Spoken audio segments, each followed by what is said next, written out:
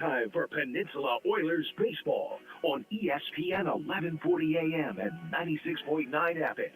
The 2026 Peninsula Oilers pregame show is brought to you by Sweeney's Clothing, including a look around the league featuring scores and standings, and starting lineups and pitching matchups as we go around the horn. Sponsored by Januar Towing and Recovery. Oilers baseball on ESPN also brought to you by State Farm agent Christy Babcock, Beeman's Variety, Gentle Dental, Central Peninsula Hospital, and Ashman Krause Real Estate. The three-time national champion Peninsula Oilers game broadcast on ESPN, also brought to you by Steam on Wheels, Dan's Automotive, Kenai Peninsula College, White Spruce Trailer Sales, Dam Construction and Roofing, and Ridgeway Dentistry. The 2026 Oilers baseball season on ESPN 1140 AM and 96.9 FM. Also sponsored by Peninsula Surgery and Aesthetics, Earhart, Elsner and Cooley Attorneys at Law, Eyewear Express, Jumpin' Junction, and Soldotna Professional Pharmacy. Oilers baseball is also brought to you on ESPN by AK Express, Martha's Cocina, Odyssey Family Practice, AK Tree Solutions, and Playa Azul. The Peninsula Oilers postgame show is sponsored by Peninsula Community Health Services with game recaps and on-field interviews. Now let's go live to today's Oilers game with the ESPN broadcast team. And welcome back here on ESPN and YouTube. It is more Peninsula Oilers baseball as they get set to hit the road once again against the Anchorage Bucs at Mulcahy Stadium. Dylan Simmons and Tucker Blau joining you. The Oilers hot off the heels of a huge victory in game number 2 of yesterday's doubleheader against the Chugiak Eagle River Chinooks. And now trying to convert that momentum into a win today against a team that's been a thorn in their side, the Anchorage Bucs, the only team that they have a losing record against so far this season. Tucker, a big opportunity looms for the Oilers today. Absolutely, a big game against the Bucs. Although the Oilers are ahead of them in the standings, like you said, they are the only team that they've lost more games to than they have won. So, big game on the morale side for sure. It's going to be a big chance for the Oilers here today. This is the Sweeney's pregame show. We'll take a quick break and take a look around the Alaska Baseball League when we come back on ESPN. The warehouse is open at Sweeney's Clothing in Soldotna. Come discover amazing deals with savings from 30 to 70% off on flannels, jeans, footwear, jackets, and a wide variety of summer essentials. Plus, they've got lots of new merchandise you didn't see last year. Whether you're heading to work, hitting the trails, or getting the family ready for summer, now's the time to stock up and save. Don't miss the warehouse sale at Sweeney's Clothing in Soldotna. Your workwear and outerwear headquarters for the whole family. Let's talk about something that's not always top of mind, but still really important, life insurance. Because it offers financial protection for your loved ones and can help them pay for things like a mortgage, credit card debt, and even your children's education. Plus, life insurance is probably a lot more affordable than you think. And with State Farm, your local agent can help you understand your options and choose coverage that fits your needs and budget. Hi, this is Christy Babcock, your local State Farm agent, still in Kenai, and now also at the Soldotna Y.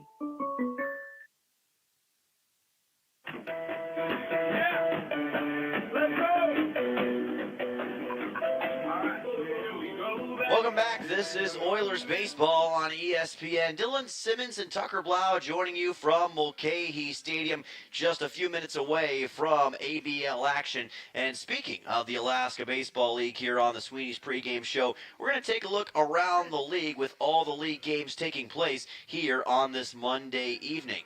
As far as games taking place today on this 29th of June, the Oilers and the Bucs set to face off here at Mulcahy. The Chugiak Eagle River Chinooks and the Mat-Su Miners were supposed to face off in Palmer. However, due to heavy precipitation in the Mat-Su Valley, that game has been canceled and postponed.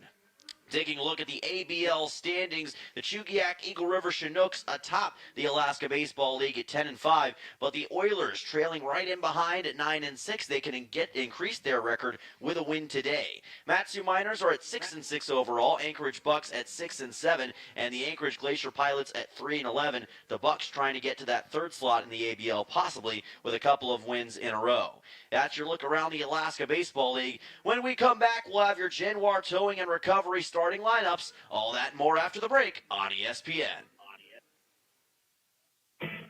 Got a toothache? DCHS is bringing back emergency dental services in Kenai. Patients are evaluated each morning starting at 7:45 with treatment available until 9 Monday through Friday. Patients will be seen in order of urgency. It's fast, focused care when you need it most. Don't wait through the pain. Get the help you need right when you need it. For more information, call 907-262-3119. Peninsula Community Health Services. Healthcare for all.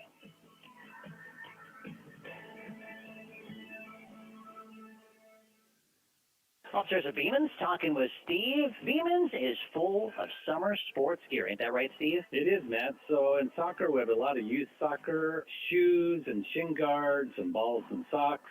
Softball and baseballs, well, we have a really limited selection of mitts from Rawlings. We haven't gotten them all in yet. So we have batting gloves and cleats and balls and bats. We have baseballs and footballs and basketballs and tennis balls and a great selection of bikes. You'll find upstairs at Beeman's, located on the Kenai Expo Highway in Soldotna. Gentle Dental in Soldotna proudly welcomes Dr. Perkins to the practice. He brings a remarkable background from studying in France to earning a degree in microbiology and a DMD, graduating near the top nationality. With over 5,000 hours in implant dentistry and decades in anesthesiology, he delivers advanced, comfortable care. Dr. Perkins has been recognized among America's top dentists and enjoys serving Alaska communities. Gentle Dental continues providing trusted modern care. Call 907-262-8834 for your next appointment.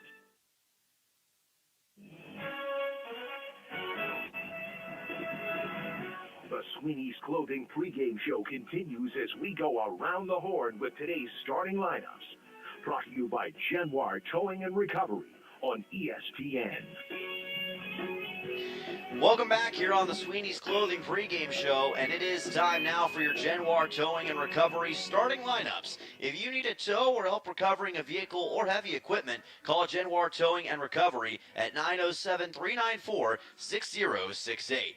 Taking a look at the Anchorage Bucs starting lineup, Camden Lanphier will be the shortstop once again. He is in the number one spot for the Bucs, again as the shortstop. Number 19, Andrew Raymond is the right fielder in the 2-hole. Taylor Tracy is the left fielder in the 3-hole. Hank Smith is at first base. Ty Denton is the designated hitter. Ryan Dara is in center field. Finn Leach is the third baseman. Christian Perez is the catcher, and it will be Miles Keogh as the second baseman. What does the Oilers lineup look like today, Tucker? The Oilers, leading off and playing shortstop, Shane Cannon. Playing first base, batting second, Brooks Hossenclaver. Playing center field and batting third, Mark Nellis. Cleaning up and playing left field tonight, Owen Musil. Batting fifth, playing right field, Carson McCormick. DHing tonight, batting sixth, Reed Oakley. And then the bottom third of the lineup, Isaac Fernandez playing catcher, Jack Holubowski at the hot corner, and Luke Skinner playing second base. Pitching for the Oilers, Evan Cineris. Evan Cineris on the mound for the Oilers. Carson Humphreys on the mound for the Bucs. We'll take one more quick timeout and be right back here to Mulcahy Stadium on ESPN with Oilers baseball in action.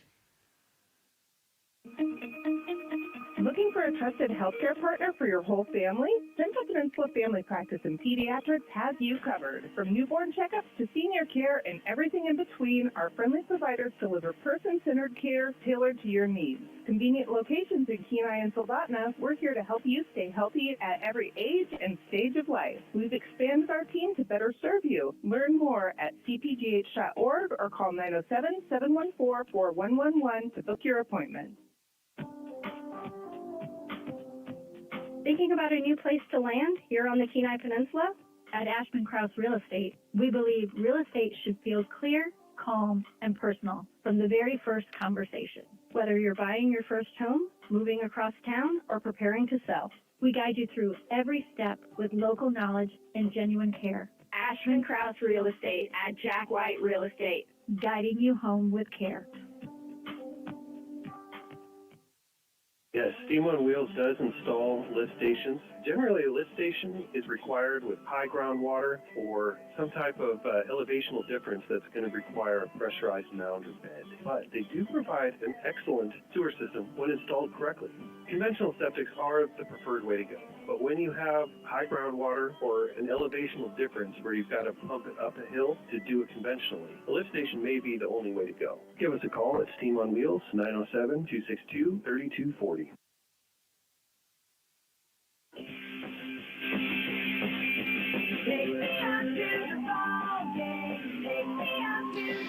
Welcome back here to Mulcahy Stadium in Anchorage, Alaska, and it is now time for Oilers baseball on ESPN as Peninsula takes on the Anchorage Bucs for the 6th time this season. Dylan Simmons alongside Tucker Blau. This is Tucker's first time checking out the Bucs in person. The Bucs, as I said in the pregame show, they've had the Oilers' number for the most part in recent games and in recent years. However, Peninsula is motivated and ready, especially after last night's mountaintop victory over the Chugiak Eagle River Chinooks in Game 2 of the doubleheader, to go out there and attack today. Yeah, the Oilers definitely looking to bounce back against the Bucs this season. The records show that the Oilers are the better team. It's a matter of whether they can show that on the field against their nemesis. It'll be Shane Cannon leading off for the Oilers here. He will take on Carson Humphreys on the bump. Humphreys from Great Bend, Kansas, and North Texas Community College. He stands at 6 feet 6 inches tall and 205 pounds and has made 3 appearances this season and has met the Oilers on a couple of occasions in limited action. Cannon to the plate. He's going to try to get things rolling early for Peninsula. Here we go, Chapter 6 of the Bucs and Oilers in 2026.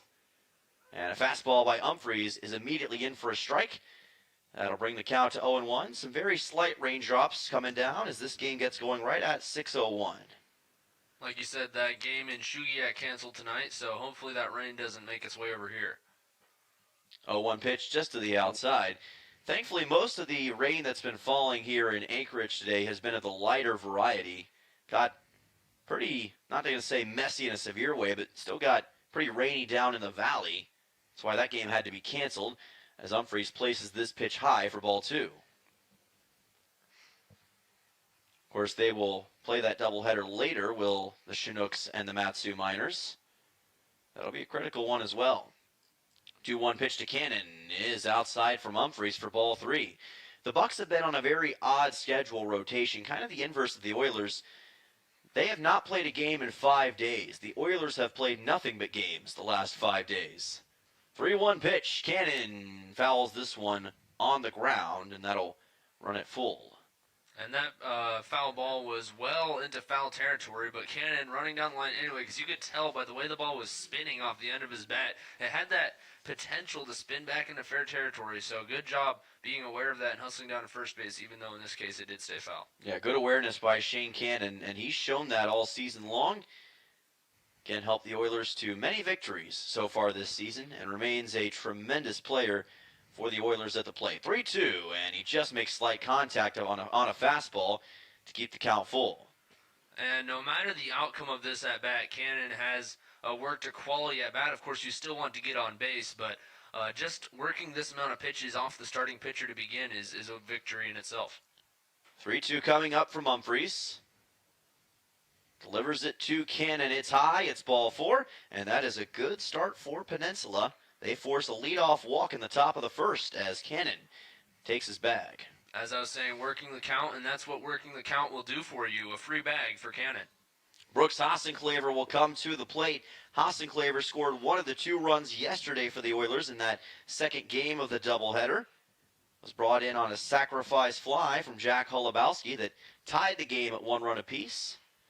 Also had a big game-tying RBI double in the first game. As this is a breaking ball from Humphreys for a strike, counted 0-1. Oilers batting .253 on the season with a .386 on-base percentage. That is tops in the AVL in both categories, along with 3 total homers, but they haven't had one on the road yet. Hassenclaver drives one toward the gap in right center field. That's going to get down for a base hit. Cannon around second, digging for third. The throw is not going to make it in time. Hassenclaver is on with a no-out single in the top of the first and 2 runners aboard for the Oilers. That's just a beautiful drive off the bat of Brooks. Beautiful swing directly over the second baseman's head, placing it in the gap enough to advance Cannon from first to third on the long single. And the Oilers threatening early with runners on the corners and still nobody out. Yeah, usually the Oilers explode later on in the game, but early on here today, they are looking pretty sporty against Carson Humphreys. That ball hit right into the gap between Dara and Raymond in the outfield. This pitch is delivered upstairs for ball 1. The Bucs infield is Finn Leach at third. Camden Lanphier is at short, Miles Keogh making his Bucs debut is at second, and Hank Smith is at first. Humphreys trying to limit this Oilers damage early, and this pitch is low. It's going to get away from the catcher Perez, and that's going to allow Cannon to score. 1-0 Oilers on a passed ball here in the top of the first. Yeah, that's just a unfortunate mistake for Perez behind the plate there, allowing that ball to squeak through, and that's a free run for the Oilers. They'll certainly take it, and they still have a runner in scoring position with Hassenclaver advancing to second now. Very rare that you see this kind of fortune for the Oilers early. They've played some tremendous pitchers, especially on the road in this stretch, starting-wise. And here Humphreys struggling early. He's more of a bullpen guy. That's where he's been used most of the season. Struggling early here against Peninsula. And now it'll be Luke Lusky coming to the plate, trying to see what he can do. As you said, the Oilers have been playing tight games all year. It seems like every game is down to the 8th, 9th inning, and they've learned to thrive in those situations, but I'm sure they wouldn't take a relaxing day where they can just build a lead early and stick with it. So pitch coming in here to Luke Lusky with Hassenclaver currently at second. This pitch is going to miss outside for ball 1. Now, Martin Ellis was originally designated in the 3-hole at center field, so Lusky in instead. I wonder if they made a late change there. 2-0 coming up to Lusky. And this is going to be delivered on a breaking ball for a strike. Count goes to 2-1. Yeah, you must be right, because I had Nellis in my lineup as well. So we'll put Lusky in the 3-hole for now, and we'll keep an eye in the bottom half of the first to see if he's now at center field. Does he play outfield? He has played outfield a couple of times. We've also got Carson McCormick currently on deck, so there must have been some big reshuffling of the lineup. 2-1 pitch is delivered here outside for a ball, and that will result in a walk. It was actually a 3-1 count, so that'll bring Lusky to first base. So Lusky is at first off the walk. It's now McCormick who is at the plate. And again, this is getting all changed around from what we had in our lineup. Got it right around 5 o'clock, but there can be some changes made in between the intervals. Owen Musil is now on deck with McCormick at the plate as this pitch is to the outside for ball 1. It looks like Musil and McCormick switched spots. I wonder if Nellis was a late scratch or if he's still in the lineup somewhere. Could have been a possibility. You know, these guys have been playing games for virtually 7 straight days now, so they've had little rest on this big road stretch. A high fly ball from McCormick to left field. Raymond in front of the track makes the catch for out 1, and Lusky will stay at first. Hassenclaver stays at second. Yeah, deep fly ball to right field. Unfortunately got too much air under it, and it wasn't quite deep enough to advance Hassenclaver to third. The Oilers still with only 1 out, so they've got runners on first and second. Still a big situation for Owen Musil, who is, I guess, now second place in RBIs. Yes. Brooks Hassenclaver, of course, took the record for himself yesterday, or took the lead for himself, I should say. How selfish of him. Owen Musil now at the plate. He's listed as playing left field today. That should remain the same here. Musil, more of an infield guy throughout the season, but he's a man of many talents. Watches this pitch come in high for ball number 1. Humphreys struggling to find the zone early on in this game, and that could be big fortune to the Oilers. However, they're used to playing from behind. It's almost odd for them to play with a lead this season, and we'll see if that has any impact on this game as Humphreys fouls this one off to the right side, and the count will be at 1-1. So Owen Musil out of Kansas City, Kansas Community College has been a big revelation for the Oilers this year. Hasn't had the torrid pace he had at the beginning of the season, but again, his pace was torrid to start, so it's tough to match that. This is going to be a strike for McCormick that brings the count to 1-2. Just caught the outside corner against Musil. Musil's going to have to protect now in a 2-strike count. Still going to bring Hassenclaver in from second. 1-2 pitch coming up for the left fielder. And he's going to drive one high and deep toward the gap in left center field. That's going to land near the base of the wall. Hassenclaver will make his way around third, and he will score. Lusky's going to dig for home as well. The throw is not going to be in time, and Owen Musil adds 2 more RBIs to his total to take the ABL's RBI lead right back. A bit of friendly competition here. Hassenclaver, of course, taking the lead last night with that led Musil by 1 RBI for ABL lead, and now Musil with a huge stroke into the gap here, one-upping him, and now Hassenclaver is going to have to battle back as the game progresses. I'd love to see that. 3-0 Oilers lead here in the top half of the first inning. Reed Oakley, the DH, to the plate. That we did expect at the start of the game, but what a shot from Owen Musil. That's the kind of hitting that he was displaying earlier on this season. Looking good in the top of the first for the Oilers. This pitch from Humphreys is wide for ball 1. Love to see that from the young first baseman, now left fielder. 2 hits so far for the Oilers here in this top of the first. Carson Humphreys having a lot of trouble with these Oilers bats. This is a dream start for them this season, considering how hard it's been for them to score runs early in games. Oakley chops one to the left side, picked up by the third baseman, throws it to Hank Smith for out number 2, a 5-3. Good play there by Smith. Leach, having to rush in and make a quick transfer and throw to catch the speed of Oakley, and just got it there in time.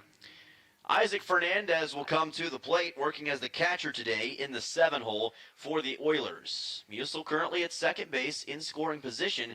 Oilers have capitalized so far with runners on base today. We'll see if Fernandez can add to that. Pitch delivered here to Isaac is just outside for ball number 1. Fernandez has more often than not worked as the catcher this season. We've seen him several times in this road stretch. Going to watch as the pickoff is attempted back to second. The ball's loose from the second baseman, Miles Keogh, able to get it back quickly. Tried to get Musil out, but almost was disastrous. Would have been a close play at second base. Musil still would have been back safely, but made it an easy decision for the umpire when it popped out of his mitt. Fernandez looking to drive one into the gap deep in the outfield. 1-0 pitch, and this is in for a strike. Counts 1-1 on a fastball. Looked maybe a little high from our vantage point, but called for a strike by the home plate umpire. 1-1 pitch coming up here to Isaac Fernandez. Oilers already up 3-0, trying to add to it against the Bucs. 1-1 is delivered. Fernandez swing and a miss on a breaking ball. Count goes to 1-2. Overcast day here in Anchorage, Alaska. Temperature is about 56, 57 degrees here in the crossroads of the world. 1-2 pitch coming up to Isaac Fernandez. Musil itching to score from scoring position. Fernandez pops it up on the right side. Hank Smith wants it, and the first baseman waits and makes the catch for out number 3. So the Oilers have a successful top half of the first inning, and successful isn't even the start of it. 3 runs on the scoreboard, highlighted by Owen Musil getting his groove back with a 2-run double. Oilers up by 3 runs, back for the bottom of the first in just one moment on ESPN. Dan's Automotive has the best customers in the world. What about Asia? We love Asia. We work on Toyotas, Hondas, Nissans, Hyundais, and Kias. What about Amsterdam? Do they even make cars? No matter what side of the car the steering wheel's on, we got you covered. Dan's Automotive, serving the best customers in Alaska. Call 907-420-0416. Fall is just around the corner. Are you ready for your next chapter? At Kenai Peninsula College, we're ready for you. Registration for the fall semester is now open, offering the classes you need close to home. And big news, our residence hall is now open. You can once again experience full campus life, build lifelong friendships, and live where you learn while taking classes at KPC or any UA campus. Don't wait. Secure your classes in your room today at kpc.alaska.edu. Find your place at KPC.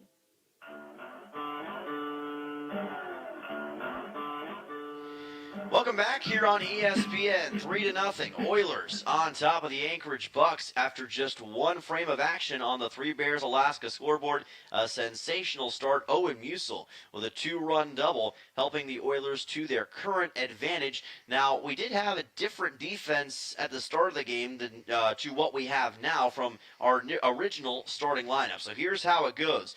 Carson McCormick is now in center field where Mark Nellis was going to be. Brooks Hassenclaver is now in right field, and Luke Lusky takes over at first base. So that's the defense for the Oilers and the changes that were made prior to the start of the game. As far as the infield goes, it's Jack Holowowski, Shane Cannon, Luke Skinner, and Luke Lusky from left to right on your radio dial. Evan Cineres takes the bump for the Oilers today, getting ready for his third appearance on the bump this season.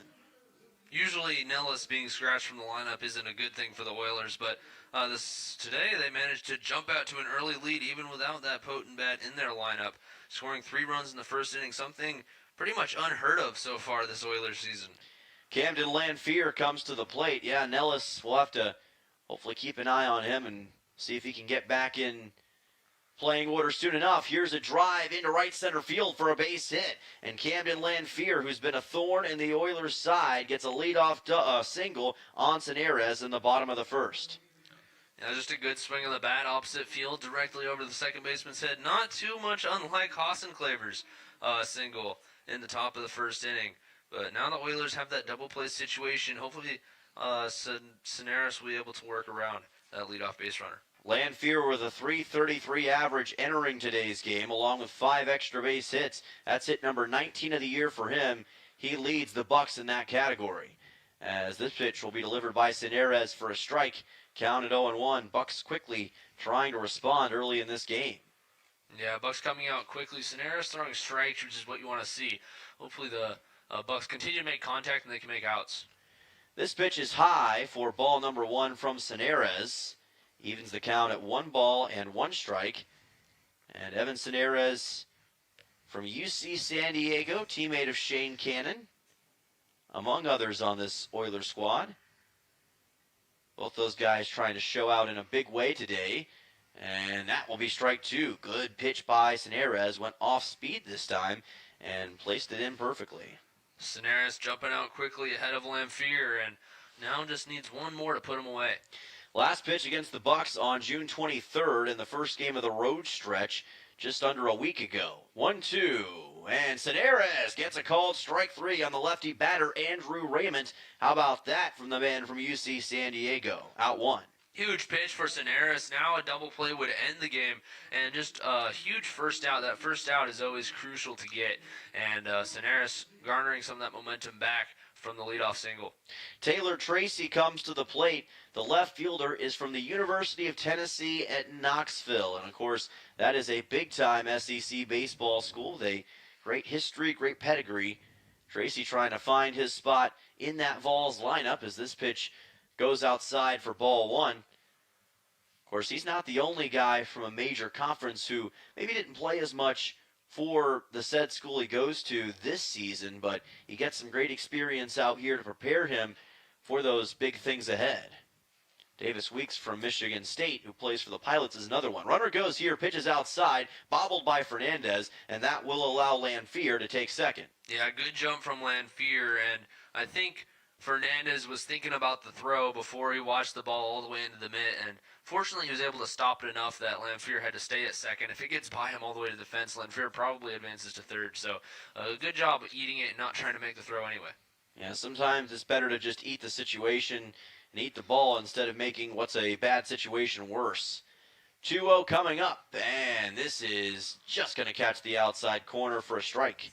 Count goes to 2-1 from the freshman out of Escondido, California, Evan Senares. Bucs in white camouflage uniforms today is the best way I can describe it, with striped white pants. Oilers in their usual black shirts with red hats and gray pants today. 2-1 from Senares, and a great pitch toward the outside corner, swing and a miss by Tracy. Count evens at 2-2. Something just hits different about a 2-1 strike, because that difference between 3-1 and 2-2 feels like astronomical on a baseball scale. It does feel like a massive difference for whatever reason. May just be a placebo effect, but you always relish that. 2-2 pitch from Senares. Fastball lifted foul toward the right side and towards hopefully not oncoming traffic. There is a road right nearby Mulcahy Stadium, and that was headed right for it. Also looks like there's some sort of soccer practice going on over left field, so maybe we'll have there's not too many home runs in the ABL, but there's a couple Oilers guys that could put it out there. Oh, there absolutely are, and this is a ballpark where we've seen some home runs this season. It's also a multi-sport complex, this entire facility. Senares loads up the 2-2. Here's his ball softly hit. That gets down into right field for a base hit. Off the end of the bat of Taylor Tracy, he's got a single. They will keep Lanphier at third, but a one-out single for Tracy and 2 men aboard for the Bucs. Good job by the right side of the field. Hassenclaver and Luke Lusky setting up that relay to the plate, and they did it quick enough to make the third base coach hold up Lanphier coming around third. So a good job preventing that run, and now you just got a big situation. Big pitches for Senares coming up. Yeah, that was a ball that didn't have as much or had more carry than I thought it was going to. Seemed pretty light off the bat of Tracy, but was still hit well towards that right side in the 4-3 hole. Hank Smith comes to the plate. 1 away. And this pitch by Senares misses for ball 1. Count goes to 1-0. Oilers trying to maintain a 3-0 lead over the Bucs. They've rarely gotten off to this good of a start offensively this season. However, the Bucs are in position to possibly respond soon.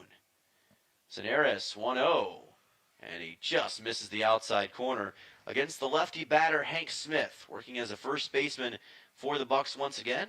Not the first time we've seen him this season. And Smith trying to make the Oilers pay. 2-0. And Senares places this one low for ball 3. He's trying to catch the outside corner against Smith, but hasn't had a lot of success doing so yet. And while on the scoreboard, that shows us 3 balls. Those were very, very near misses. He's not missing his spots by much. 3-0 coming up, in danger of loading the bases right here against Hank Smith. Senares does deliver a strike right down the middle. Count goes to 3-1. Senares at 11 pitches so far in this game with 1 strikeout.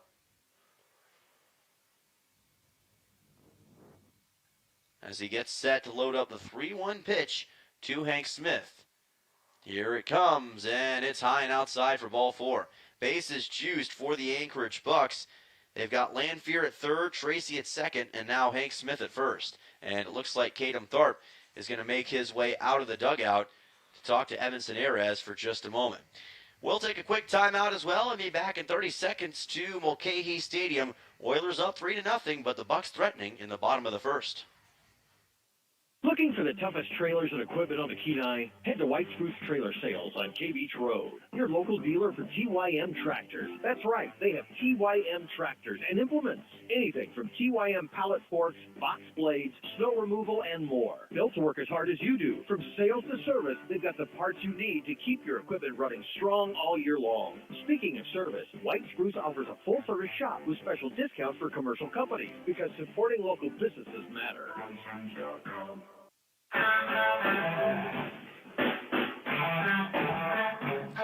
Welcome back to Mulcahy Stadium in Anchorage, Alaska. Dylan Simmons and Tucker Blau joining you.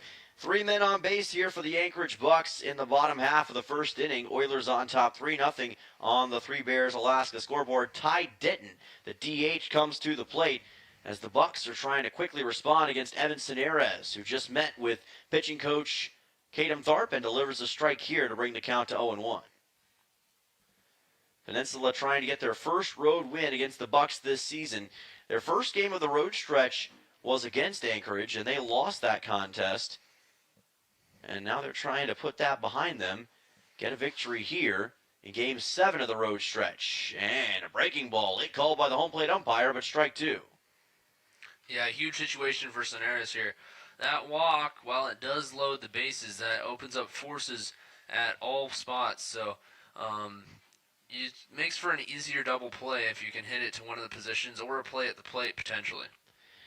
0-2 coming up here to tie Denton. Can Sonares get a massive strikeout? Here's a ball hit off the end of the bat. Keeps the count at 0-2 for Denton. Sonares did get a strikeout on Andrew Raymond earlier in this bottom half of the first inning. Oilers will meet the Bucs as well on Wednesday to round out this long road stretch. They'll also meet them later on for the second big road stretch of the season when they come back around the Anchorage area in a couple weeks. 0-2 from Sonares. Here's a ball line toward the second baseman and over the glove of Luke Skinner, loses his cap. That's going to bring in Lanphier as well as Tracy. And the Bucs make it a 3-2 game on a 2-run single from the DH, Ty Denton. Big hit for Ty Denton, and unfortunately Skinner almost got up to that one. He made a valiant effort running to his right and kind of splaying out to try to get up to that ball. Unfortunately, just a little bit out of reach, and a big hit for Denton. Yeah, Luke Skinner, normally at third base instead of second, tried to make the play, but that ball was well above him, and again lost his cap trying to make the play. That'll bring Ryan Dara to the plate. Sammy Lopez banged up right now. He's usually in the second base position, but having some trouble with his hand as the count goes to 1-0. Hopefully we'll have him back in the lineup soon for the Oilers. So now with Dara at the plate, the position for Sonares gets that much more tenuous, but a swing and a miss. Count goes to 1-1. The tying run for the Bucs is currently at second base. And we're not used to seeing shootouts in the Alaska Baseball League, but if the scoring continues like this, it could be one wild game.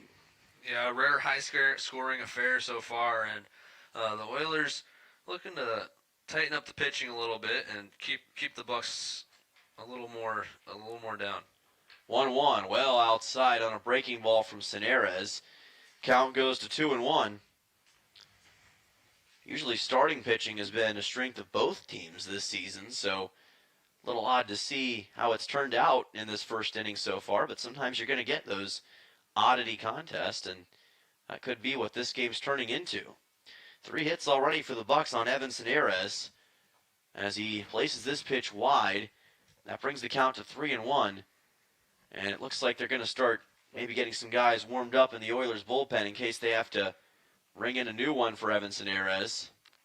Of course, you hate to bring in somebody this early, but if it comes down to it, then that's the decision that sometimes has to be made.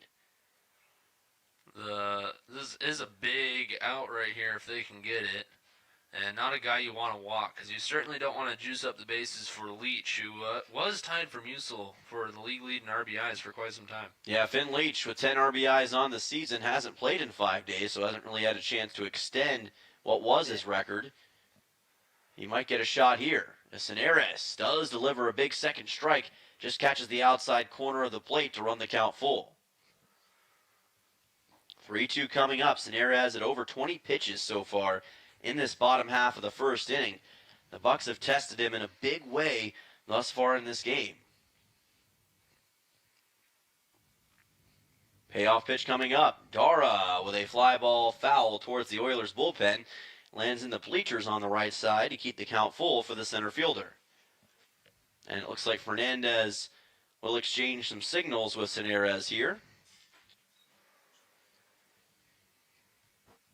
Trying to keep him in order and trying to make sure that they can get that second out. And of course, if you get a ground ball in this situation, you can also force what could be an inning-ending double play. 3-2 coming up here to Dara.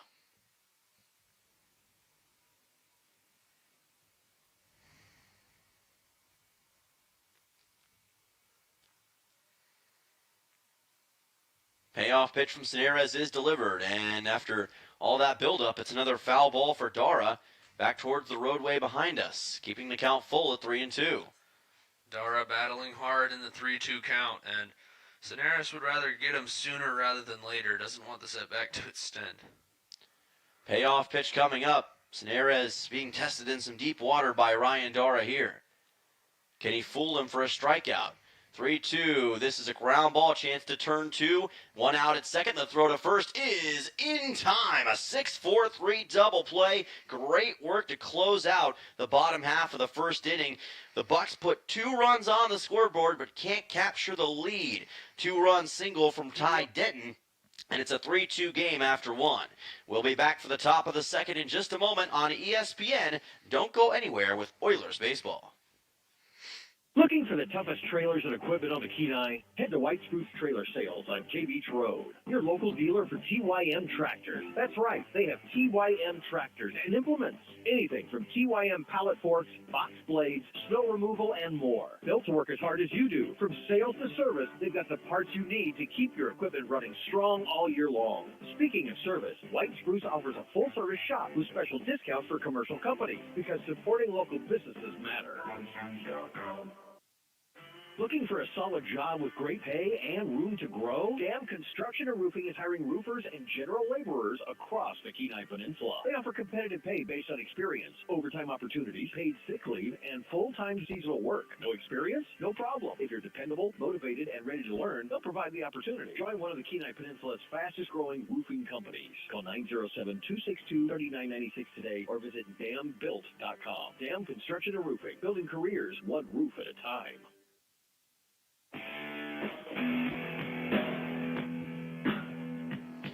Welcome back. This is Oilers Baseball on ESPN live from Mulcahy Stadium in Anchorage, Alaska. And after 1 inning on the Three Bears Alaska scoreboard, it is Oilers 3, Bucs 2. 5 combined runs in that first inning of action, and both teams with several hits already in this contest. It's been a fun one so far, but we'll see if the Oilers can add more here, Tucker. Absolutely. Oilers looking to add to their 1-run lead now. They put up a 3 spot in the first inning and looking to keep that momentum going here in the second. Owen Musil delivered a 2-run double. Jack Holubowski will lead off here in this top half of the second inning. He'll be followed by Luke Skinner and Shane Cannon, 8, 9, and 1, due up in the order for the Oilers.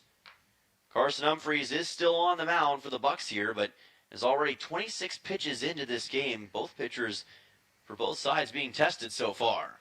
But a strike delivered here by Humphreys brings the count to 0-1. And that means that this second inning is going to be critical for the direction of this game. It'll be largely determined, I'd say, by whether or not these pitchers can patch things up. 0-1 to Holubowski, and this is just low for ball 1. 1 ball, 1 strike. Jack Holubowski had a big RBI on a sacrifice fly in game number 2 of the Chinooks doubleheader yesterday, and delivered a single in that 8th inning as well. 1-1 pitch. Just outside from Humphreys for ball 2. Jack Holubowski's been hitting the ball very well recently. See if he can keep that going in this game against Anchorage. Yeah, he's really been on a hot streak for extra base hitting with a total of 5 on the year. 2-1 pitch. Holubowski drives one down towards the left field corner for a base hit.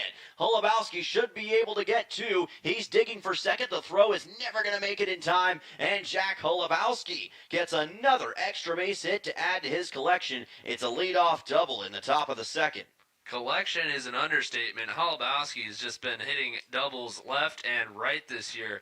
I don't have the numbers in front of me, but I'm sure he's the leader in the ABL for doubles. He's got 6 on the season now, and just a terrific hot streak from Holubowski, and I hope he keeps it going. Yeah, he's been mighty impressive at getting doubles all season long and just continues to rake in this road stretch. Very impressive, and that will bring Luke Skinner to the plate, the 9-hole hitter, working out of second base today, and this is exactly what the Oilers wanted to see against Humphreys in this top of the second. Chance to add more to their 1-run lead.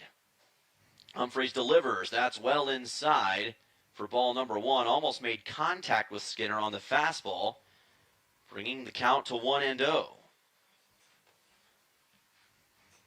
Oilers will play their last 3 games of the road stretch here at Mulcahy Stadium against the Bucs and Glacier Pilots. 1-0 pitch. This is a fair ball chopped to the right side. Skinner tries to dive for the first base bag, but gets tagged out by Hank Smith. That'll be an out at first. However, that does advance Holubowski over to third, so for all intents and purposes, it's a swinging bunt. It was a valiant attempt. You don't often see a swim move slide into first base, but with the first baseman attempting the tag, that's exactly what Luke Skinner tried to do, and he almost got around it. Very nearly did. Shane Cannon comes to the plate.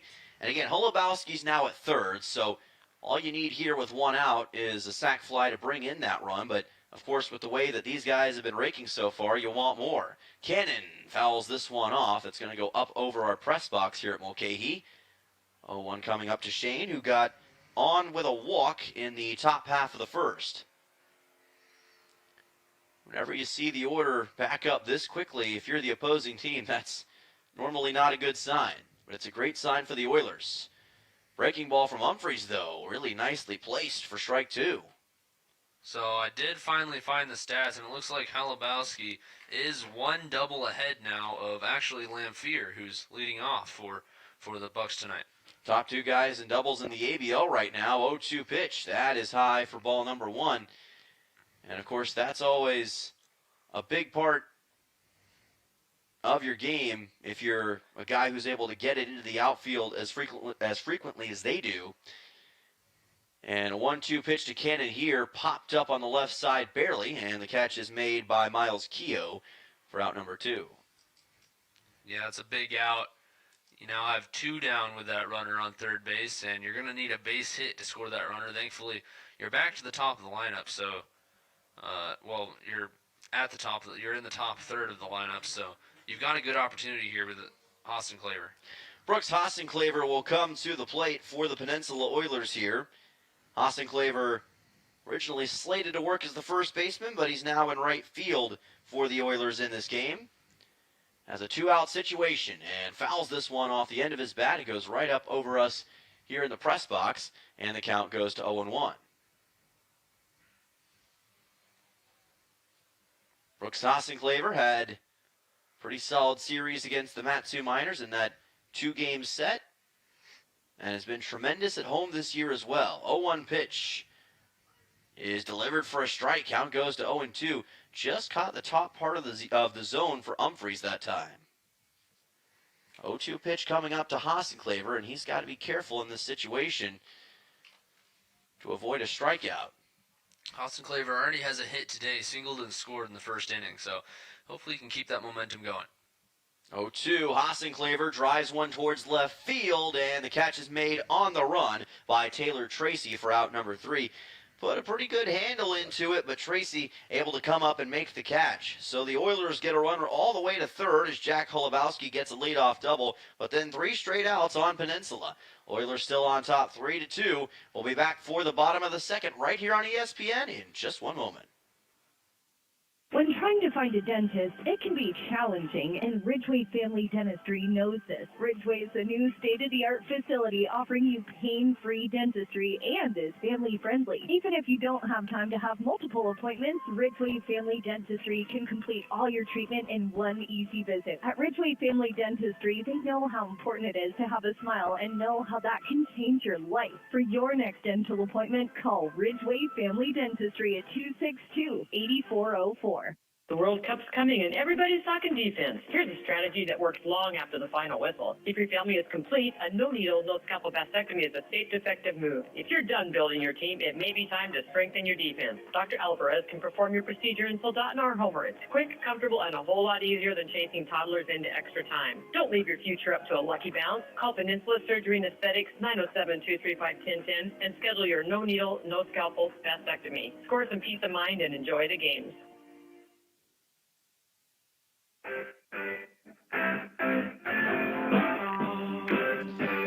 Back here on ESPN, this is Oilers baseball. Dylan Simmons and Tucker Blau joining you for the bottom half of the second inning. And through 1.5 innings on the Three Bears Alaska scoreboard, it is Oilers 3, Anchorage Bucs 2. And Evan Senares trying to limit the damage that the Bucs can do in this bottom half of the second inning as he heads back out there for more work against this pretty loaded Bucs lineup.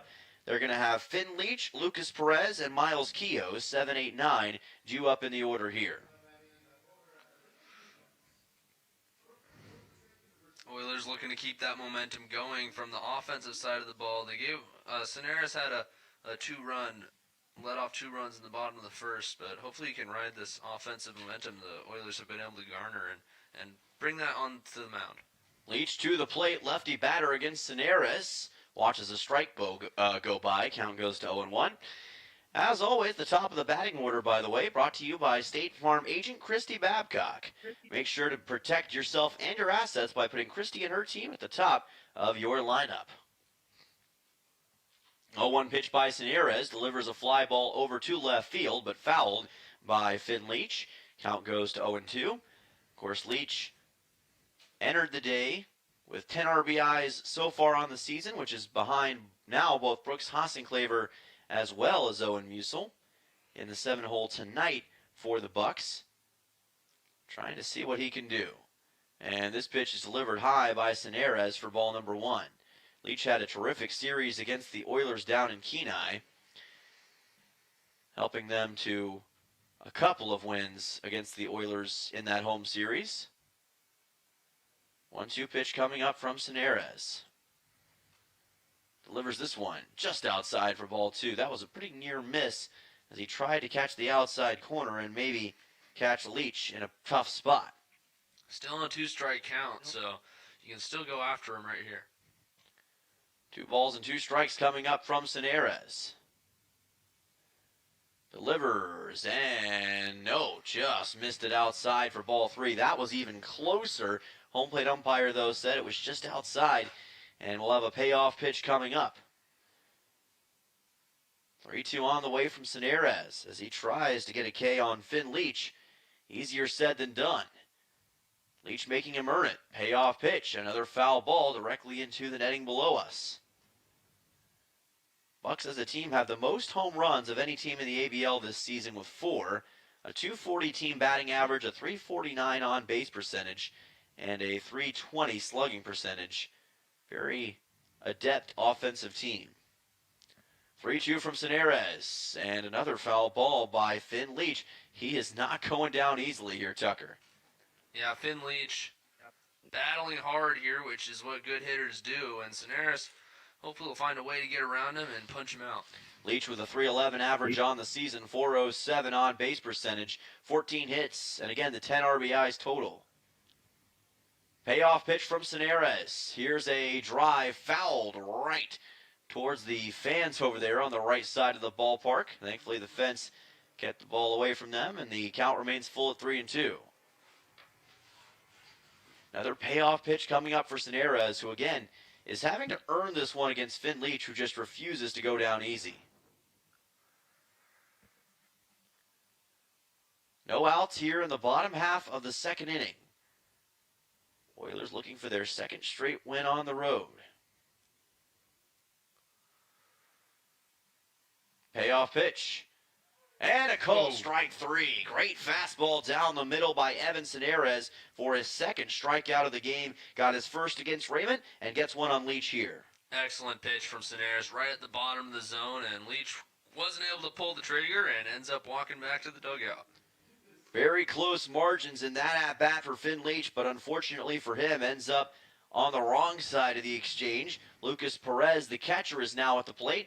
That's a good start for the Oilers here in this bottom of the second as they try to maintain the 1-run lead. Soneras with a breaking ball to the outside for ball 1.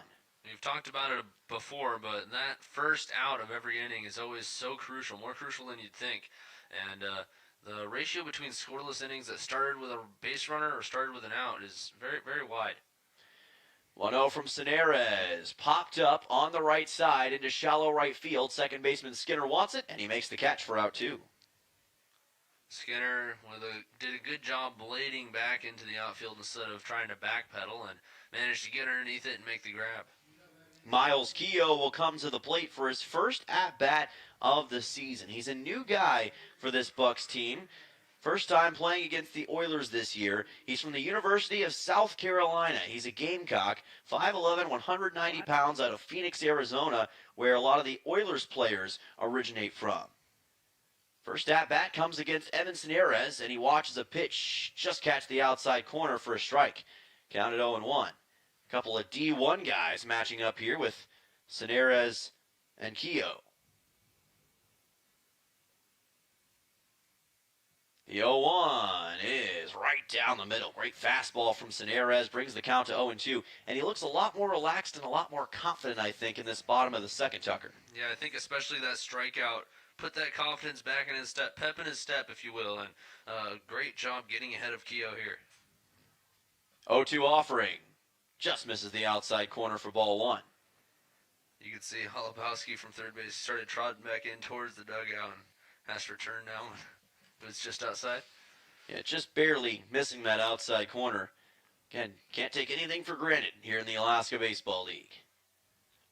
1-2 pitch from Cineres. Just high and outside for ball two. Very close, and Fernandez tried to frame it, but unable to get the strikeout. Count evens at 2 balls and 2 strikes for Keogh. 9-hole hitter for the Bucs today.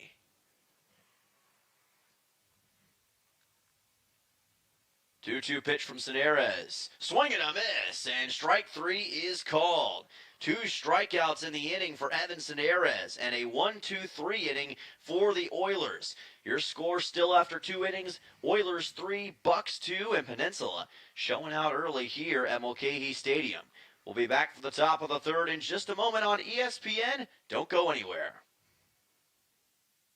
When trying to find a dentist, it can be challenging, and Ridgeway Family Dentistry knows this. Ridgeway is a new state-of-the-art facility offering you pain-free dentistry and is family-friendly. Even if you don't have time to have multiple appointments, Ridgeway Family Dentistry can complete all your treatment in one easy visit. At Ridgeway Family Dentistry, they know how important it is to have a smile and know how that can change your life. For your next dental appointment, call Ridgeway Family Dentistry at 262-8404. If you've been involved in an accident or had a catastrophic injury, negotiating with insurance companies on your own is fraught. Insurance companies want to maximize their profits, and that means minimizing a fair and just resolution to you. They don't want to pay for your medical bills. They don't want to pay for your lost work. They don't want to pay for your pain and suffering. Expert insurance negotiators and adjusters will try to minimize your claim at every turn. It's important to have an attorney to get the recovery that you deserve. At Earhart, Elsner, and Cooley, we can help you get that fair and true value.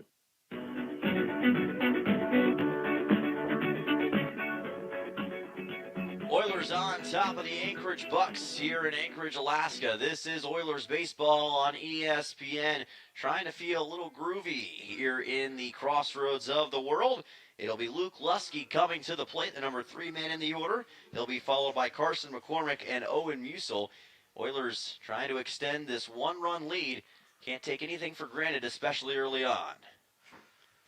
Humphreys will deliver a breaking ball for a strike, brings the count to 0-1. Both pitchers, for the most part, did a better job in that second inning at limiting the total damage, although Jack Holubowski still got a double and got to third. No runs brought in by the Oilers.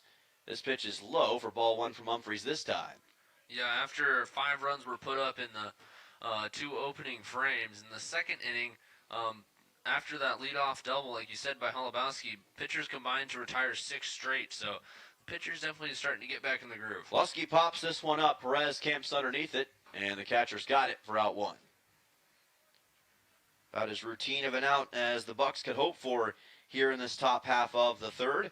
Carson McCormick will come to the plate for the Oilers. Flew ball out to right his last time up. Working as the center fielder in this game now for Peninsula. Luke Lusky in at first base. And Owen Musil will be right behind McCormick. Pitch is delivered. Here's a high fly ball towards the right field corner. Raymond's got it as it'll stay in the park, and he makes the catch in that right field corner for out 2. Couple quick outs here for Humphreys, and he's looking to keep that going. The Oilers starting to get under the ball and pop it up. Hopefully Musil, who had that big stroke back in the first inning, can put a drive into one here. Yeah, he had that 2-run double in the top half of the first to really put the Oilers ahead. Got them on top 3-0. Of course, the Bucs quickly responded in the bottom half of the first, and it's been scoreless ever since. We'll see what Musil's got here in his second at-bat. Musil, chopper to the left side. That's a fair ball. Long way to throw from third, and it's over the head of the first baseman, Smith. Still makes the catch, but it took him off the bag, and Musil will be on first. Now we have to see if it's a hit or an E5. Yeah, Leach with a good job playing to his left actually fielded that ball in foul territory. He had to make a long throw, and rather than set his feet and try to make the throw hard across the diamond, which probably is not advisable given that he'd give Musil more time to get to first base. He did what he had to do and just tried to throw it over, and that's where you get the off-target throw. We'll get the official call on that in just a second. Scoreboard says hit. If I had to guess, though, the Presto stats may say a error as this pitch is inside on Reed Oakley for ball one. Presto says single as well, so Musil will take the hit. So Musil now 2 for 2 today. We certainly won't complain about that. Oakley, the DH, grounded out to third his last time up. Here's a throw back to first. Musil able to get back to the bag. 1-0 pitch coming up to Oakley. Musil, by the way, 2 for 2 with a single and a double. So, triple and a home run, get the cycle. Always a possibility, and it would be pretty awesome to see as this pitch is just going to catch the outside corner for strike one. 1-1 coming up on Oakley, who did play in game one of the doubleheader yesterday against Chugiak and reached base once. 0 for 2 count otherwise with 2 strikeouts. That, of course, in a 7-inning contest. This a full 9-inning game against the Bucs are scheduled to be. 1-1 coming up to Oakley here.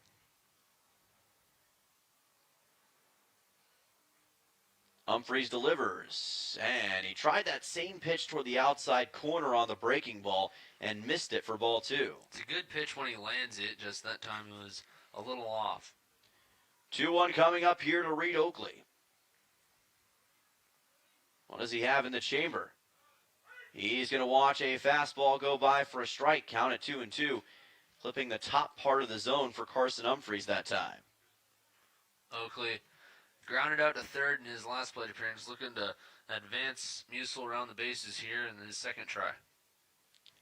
The 2-2 coming up, and a swing and a miss for Reed Oakley for out number 3. Carson Humphreys and Evanson Erez both looking better down the stretch in the early part of this game as Humphreys gets his first K of the contest, and the Oilers come up scoreless despite a hit from Owen Musil. No runs, 1 hit, no errors, and 1 left on base for the Oilers in the top of the third. We'll be back for the bottom half of the third inning in just a moment in a 3-2 game. Oilers on top on ESPN. Hello, I'm Marty Hansen, owner and manager of Eyewear Express. Have you ever bought new glasses for your little darling and they're lost or twisted into a figure 8 before you even get home or take that first picture? Well, if you got them at Eyewear Express, we'll replace the frame for free. Let me say that again. If they lose or break the frame, we'll replace it for free. So relax and expect the best from Eyewear Express in the Peninsula Center Mall, Soldotna, 260-9199. Hi, this is Justin Ruffridge. There's nothing like a small town. It's real community. And that's one of the reasons I'm raising my family here. It's also why I own and operate Soldotna Professional Pharmacy, because I believe a small-town pharmacy is where people get the best care. Our customers aren't just customers. You're our friends and neighbors. Stop by at 299 North Binkley in Soldotna for hometown-friendly service. I'm Justin Ruffridge, and I'm here to serve you.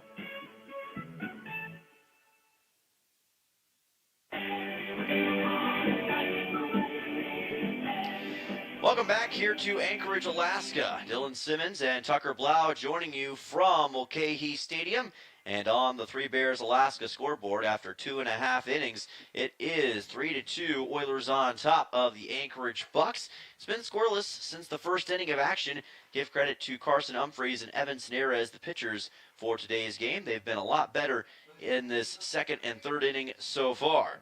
However, we'll see if the Bucs can change that as we go back to the top of the order for Anchorage. It'll be Camden Lanfear, followed by Andrew Raymond and Taylor Tracy. 1, 2, 3 in the order against Seneres. Yeah, Seneres with a tough ballot here in the third inning, but we proved in the second inning that he can do it. So looking forward to some good stuff from Seneres here. Delivers this pitch well outside for ball 1. And as always, the next inning brought to you by State Farm agent Christy Babcock. Start the next inning in your life with the top insurance team. Cineras taking his time on this 1-0. He's been a lot more consistent at finding the zone and does so once again right there as the count evens at 1-1. Lamphere singled and scored in the first inning, also stole second base, so he's a baller, and it's a tough out, but Cineras is definitely capable of it. One of the best at getting doubles, not just for the Bucs, but in the entire ABL. This is just outside for ball 2. Lamphere thought about going for a second, but didn't. Able to avoid the strike, and that brings the count to 2-1.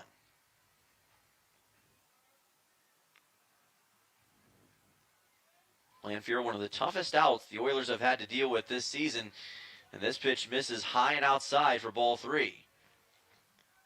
3-1 coming up here on Lamphere. Again, he's so tough to deal with because you almost instinctually want to pitch around him, but when you do that, you allow him to get on base with a walk. 3-1 coming up. And Cineras well outside for ball 4. So Camden Lamphere will reach first here in the bottom of the third on a base on balls. And back in the first inning, he led off the game with a single, but same thing essentially here, reaches first to lead off the inning. He ended up scoring the first. Oilers looking to prevent that here against the middle of the order. It'll bring Andrew Raymond to the plate, who struck out looking against Cineras his first time up today. Raymond enters today's game with a .250 average, 7 total hits and 4 RBIs on the season. Fouls this one to the left side of the ballpark. Count will be at 0-1. Raymond, a sophomore for this Bucs squad. Like I said, a .250 average on the season thus far, and has emerged more and more as this season has progressed. 0-1 coming up here. And a swing and a miss. Great pitch by Evan Cineras. A little more toward the outside corner of the plate against the lefty batter, and he's able to find some success. He jumped out to an 0-2 count against Raymond last time, too, and ended up catching him looking and sending him back to the dugout. So looking for a repeat right here. 0-2 pitch to the man from Santa Clara University, but first a pickoff. Almost got the runner at first in Camden Lamphere. Good effort on the pickoff move by Cineras. Great move by Cineras, but as we said before, Lamphere over there leading off first has great IQ and was able to dive back in ahead of the throw. 0-2 pitch coming up. Cineras delivers, and this is fouled off to the left side again by Raymond, keeping the count at 0-2. Raymond is from Spokane, Washington. Far from the only Washington player on this team. Finn Leach is from Seattle, and Camden Lamphere is from Spokane Valley. So a lot of guys from the Washington area on this Bucs squad, as this pitch is going to miss just barely, and that will bring the count to 1-2. After that leadoff walk, it's good to see Cineras back in the zone. He pitched 3 consecutive strikes after that walk, so definitely going after Leach here.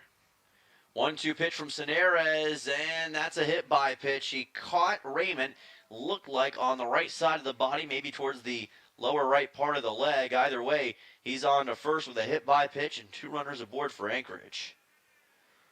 So that's unfortunate for the Oilers, especially since it was in that 1-2 count. So he had a good chance to get him there and ends up drilling him and sending him to first base. So now you got the middle of the order coming up with 2 runners on and nobody out. Isaac Fernandez will talk to Cineras for a moment. Again, he's just trying to get his legs back underneath him here, kind of similar to how he started the bottom half of the first inning. He does not want to see this thing balloon any more than it already has. He can still get out of this with relatively little damage, but he's going to have to get outs and quickly. Taylor Tracy reached on a single his first time up. He was the second total hit for the Bucs. And now we'll see what the left fielder from the University of Tennessee has at his disposal.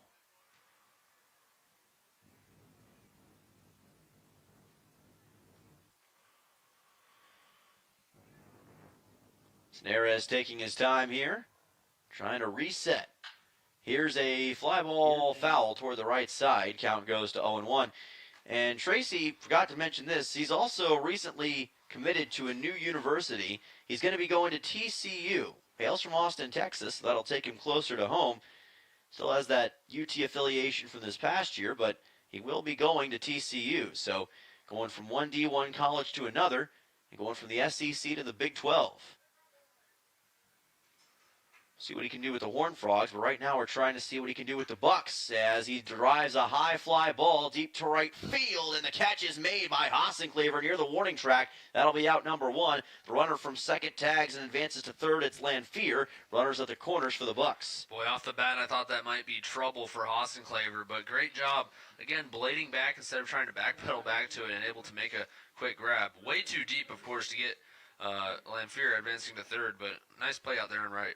Yeah, it was a fantastic catch over the shoulder with the glove hand by Hossenclaver that time. And remember, he was not originally slated to be in right field today, but he has proven himself in right field all season long, so no issue for him whatsoever.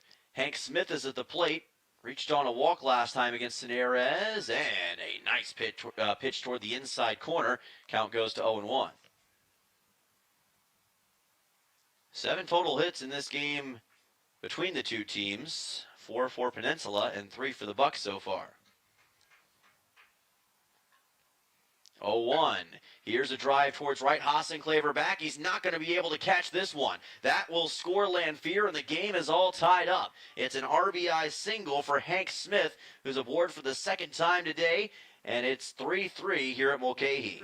Not much you can do about that one. That was just a great stroke from Smith, and Hossenclaver, off the bat, I thought he might have a chance to run and lay out, and he might have, but that's not the smartest play, because if you miss that, it's going all the way to the fence, and everybody's coming around and scoring. So good defensive approach from Hossenclaver to make sure that only one run scores.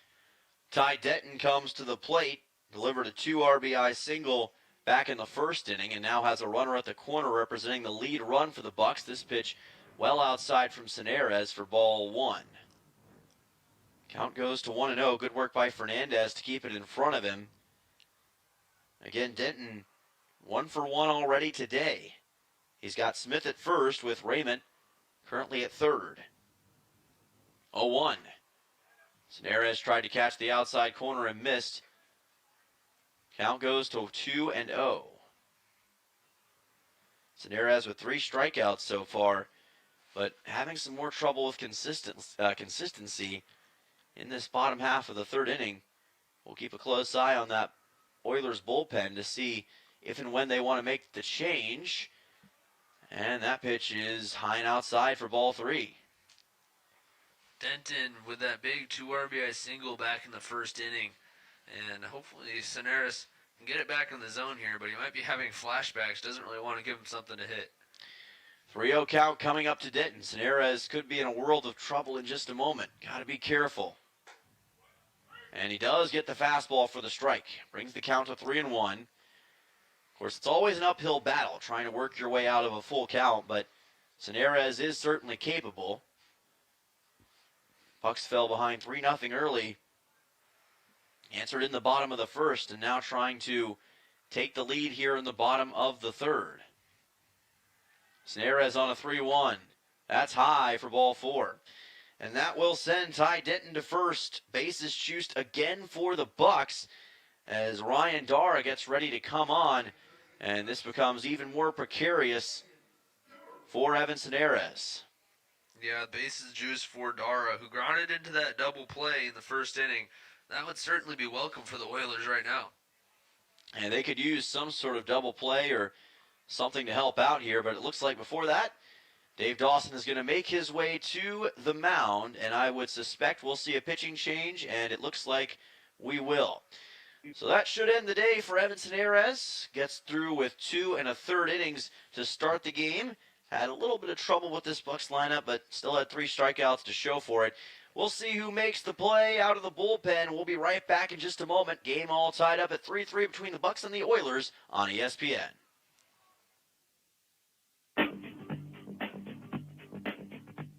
Looking for fun for the whole family that they will love? Head over to Jumpin' Junction on K Beach Road, the Peninsula's entertainment center for all ages. Play in the arcade, dive into the active VR game room, glow it up with black. How long do you need this break?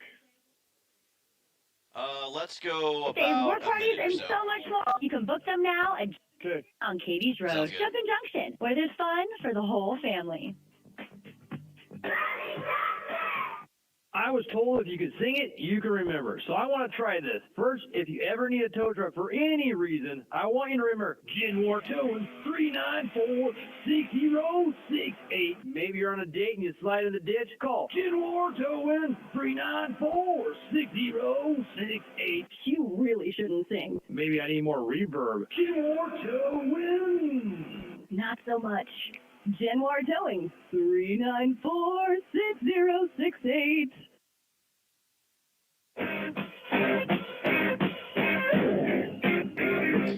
Welcome back here on ESPN. Dylan Simmons and Tucker Blau joining you live from Mulcahy Stadium. Appreciate you joining us from wherever you're watching us tonight. Evan Taneres' night comes to an end after 2 1/3 innings pitched against the Bucs with 3 strikeouts. And the call to the bullpen results in Killian DeMayo taking the mound for his first appearance against the Bucs in this road stretch. Yeah, Killian DeMayo. He inherits a tough situation with the bases loaded and only 1 out. We'll see what he can do here to pick up his teammate who started the game, Taneres. DeMayo, of course, out of Johnson University in Knoxville, Tennessee, hails from Tucker, Georgia. Freshman pitcher, 6'2", 165, has a heck of an arm on him and has been a pretty solid option out of the bullpen this season, but inherits a tough spot with the bases loaded. Here's a chopper over to third. The throw will be to first for the out. It's a bouncing ball, and it took the first baseman off the bag, and a run scores for the Bucs. It's going to be a 4-3 game as that throw from Holubowski over to Lusky just a little wide. Yeah, Holubowski trying to come in and make that play. It was going to be tight either way, and unfortunately, the throw just a little offline. So could have been a big second out for the Oilers, but instead it's going to be an error that will bring in the run, I would suspect, for the Bucs here.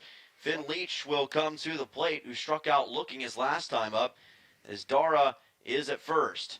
Base is still juiced for the Bucs, and DeMayo hoping to get some sort of out here to end this damage as he fires in a strike. Count goes to 0-1. Bucs are really applying the pressure here in this bottom half of the third inning, and right now all eyes are on DeMayo to see if he can possibly calm things down. 0-1. Here's a drive that gets down into center field for a base hit. 1 run's going to score for the Bucs, and the ball's bobbled in center field by McCormick. That's going to be 2 runs for Anchorage, and it's now a 6-3 ball game. The Bucs are really heating up in the bottom of the third. Yeah, huge single for Dara. Second 2 RBI single for the Bucs tonight, and the Bucs responding to that early offensive explosion from the Oilers, and the Oilers are going to have to find a way to respond in fashion of their own here in the coming innings. So that'll bring the next man to the plate as Finn Leach is aboard now for Anchorage. And all of a sudden things are really getting concerning if you're an Oilers fan, as Lucas Perez will try to add to this already swelling Bucs lead.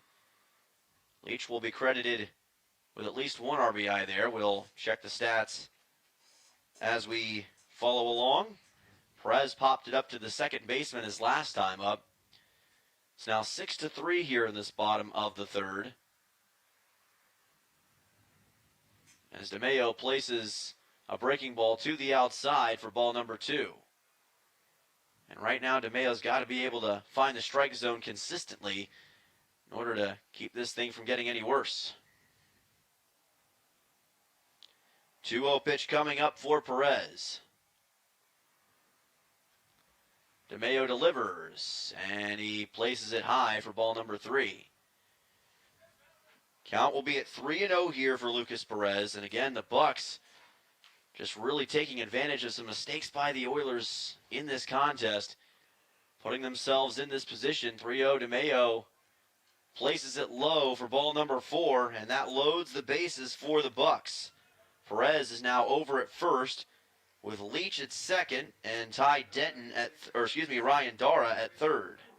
4-pitch walk following that single. Not exactly what you want to see from your pitcher you bring in from the bullpen. So hopefully DeMayo can lock in here and get some very critical outs. Miles Keogh comes to the plate, struck out swinging his last time up. DeMeo tries to paint the outside corner and can't. Count goes to 1-0. Inherited a tough situation from Cineres, but just hasn't been able to consistently find the zone here. 1-0 pitch coming up. Here's a ball popped up. Should be an easy out. Skinner camping underneath it. Makes the catch, and he will make sure to keep the runner at third, as Denton will not be, Dara won't be going anywhere. 2 away here in this bottom half of the third inning. That's a huge out after 5 consecutive Bucs reached base safely. And now you got 2 outs for the top of the lineup, although Lanphier is a tough out. At least you got 2 outs, to only 1 more out to get. Back to where we started in this bottom half of the third inning with Camden Lanphier at the plate. Bases still loaded for the Bucs, but you just need 1 out in this situation if you're the Oilers. Here's a ground ball right to Lusky, who will tag the bag for the unassisted out at first.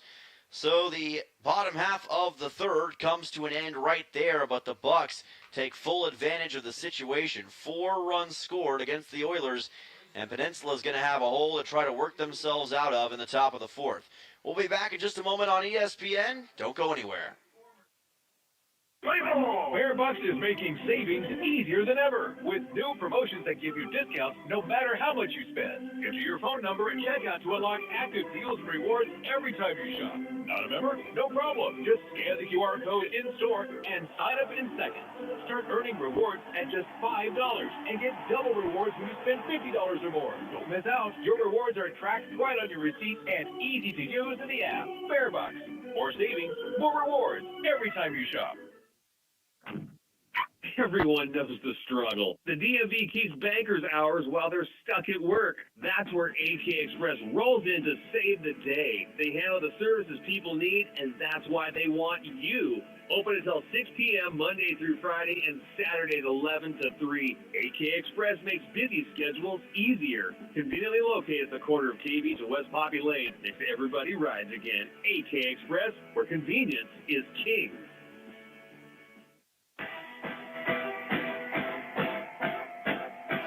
Welcome back. This is Oilers Baseball on ESPN. Dylan Simmons, Tucker Blau joining you. And on the Three Bears Alaska scoreboard, it is Bucs 6, Oilers 3, as Anchorage adds 4 runs in the bottom half of the third inning.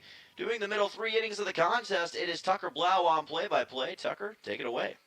Absolutely. The Oilers find themselves in a little bit of a hole after the Bucs are able to put up a big 4 spot in the bottom of the third inning, and the Oilers are going to have to try to respond. They'll bring up the bottom of the lineup: Isaac Fernandez, Jack Halabowski, and Luke Skinner. Fernandez will be stepping into the right-hand side of the batter's box to lead off the inning. Humphreys still on the mound working for the Bucs, and he's had an impressive outing. He's had an impressive recovery after a rough first inning. His final stat line is 3 innings pitched, 3 runs on 4 hits. All those runs earned on 2 walks and 1 strikeout. First pitch here is, I believe that was a ball. Yes, it was a ball. I didn't want to call it because I may or may not have missed the pitch. 1-0 is the count now on Fernandez. And the 1-0 pitch is grounded hard left side. It's going to be in foul territory for the first strike. 1-1 the count now on the catcher. Well, after that bottom half of the third, no doubt that the Oilers have a lot on their plate here in this middle part of the game. But good news is it's still early, and that 3-run deficit doesn't look as imposing considering that you had success against Humphreys earlier in this game. If you can find some success consistently against him again, you can close that gap quickly. First pitch here to third pitch to Fernandez is high for a ball. 2-1 the count now on the catcher. Fernandez popped out to the first baseman in the first inning. Now finds himself ahead in the count with a big pitch coming up here from Humphreys. It's going to be high again for ball 3. So Fernandez doing a good job of working the count. Now finds himself in a very advantageous count. And he can swing away if he gets a pitch to hit, or if not, he'll take a free pass to first. Yeah, this would be a great way to start for the Oilers here. Get Fernandez on base as a leadoff runner against the pitcher Carson Humphreys. And the 3-1 line deep to left field. Will it be fair or foul? And it's just foul. That was hit very hard off the bat. of Fernandez ends up in the bullpen where whoever was warming up actually made a nice catch on it. But fortunately, this is not banana ball, and Fernandez will head back to the box. Oh, man, it had a chance as well. It had everything you needed except the direction, just drifting too far to the left, but had home run length, just didn't have the direction it needed to stay in that left field foul pole. The payoff pitch is inside for a ball, so Fernandez will advance to first no matter how he gets there. This time it will be a walk, and he'll be on base with nobody out for Jack Holubowski. Well, we saw it kick off similarly for the Oilers in the bottom of the third. A couple walks from Evan Seneres put a couple runners aboard for the Bucs. Maybe the Oilers can get their response to that right here. We'll see as we get Jack Holubowski at the plate. Holubowski, who had a big double in the second inning to lead off. Unfortunately, the Oilers unable to score. Oh. He's going to get drilled right on the back on the first pitch of the at-bat. Well, that's not exactly how you draw it up, but again, you'll take the free base, and it is kind of the same situation. Seneres was struggling early in the bottom of the third, and now we've got Humphrey struggling to find the zone here and already putting two runners on base. And I wonder, and it looks like, yes, the Bucs are probably going to at least consider a pitching change here.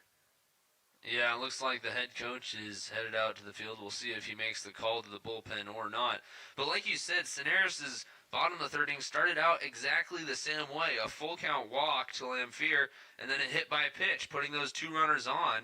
And the Bucs, of course, ended up scoring 4 runs. The Oilers looking to respond here. Doesn't look like they're going to make the pitching change yet.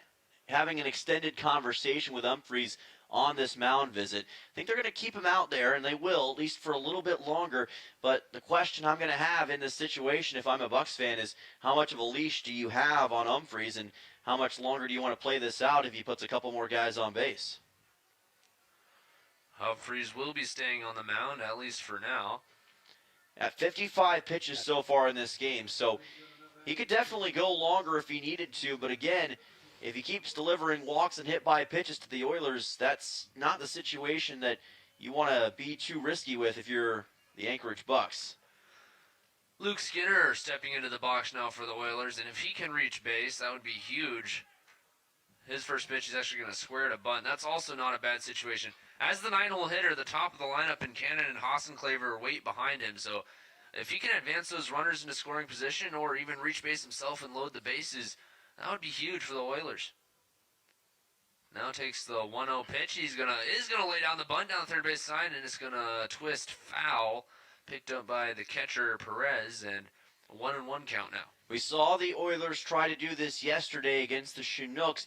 Couldn't really lay down the bunt effectively because of the twist that is on some of these pitches from these ABL pitchers. It's really hard to get a bunt on certain teams. Now, they have done it before against the Bucs to great success.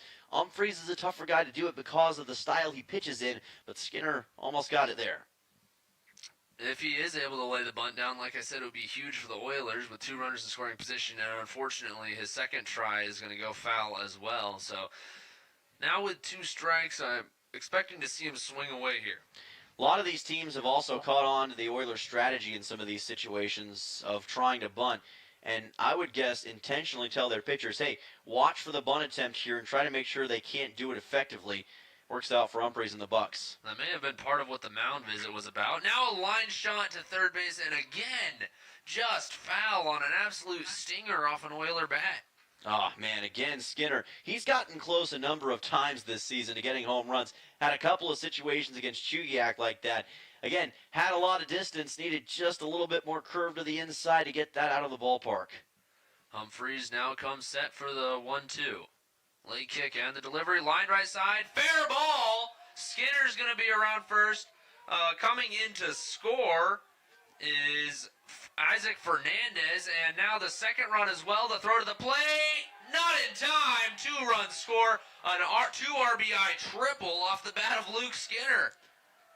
And that was such a strange situation because off the bat of Skinner, I think a lot of the Bucs defenders and even a couple of the Oilers base runners thought that thing was going to be foul. Everyone was kind of just standing around for a second and then, oh, shoot, it's fair ball. And as a result, it was kind of a delayed reaction. Everyone then took off, and good work by Fernandez and Holubowski to score. And what a hit for Luke Skinner here in this top of the fourth. And that definitely was a fair ball, at least from our vantage point. It was fairly obvious.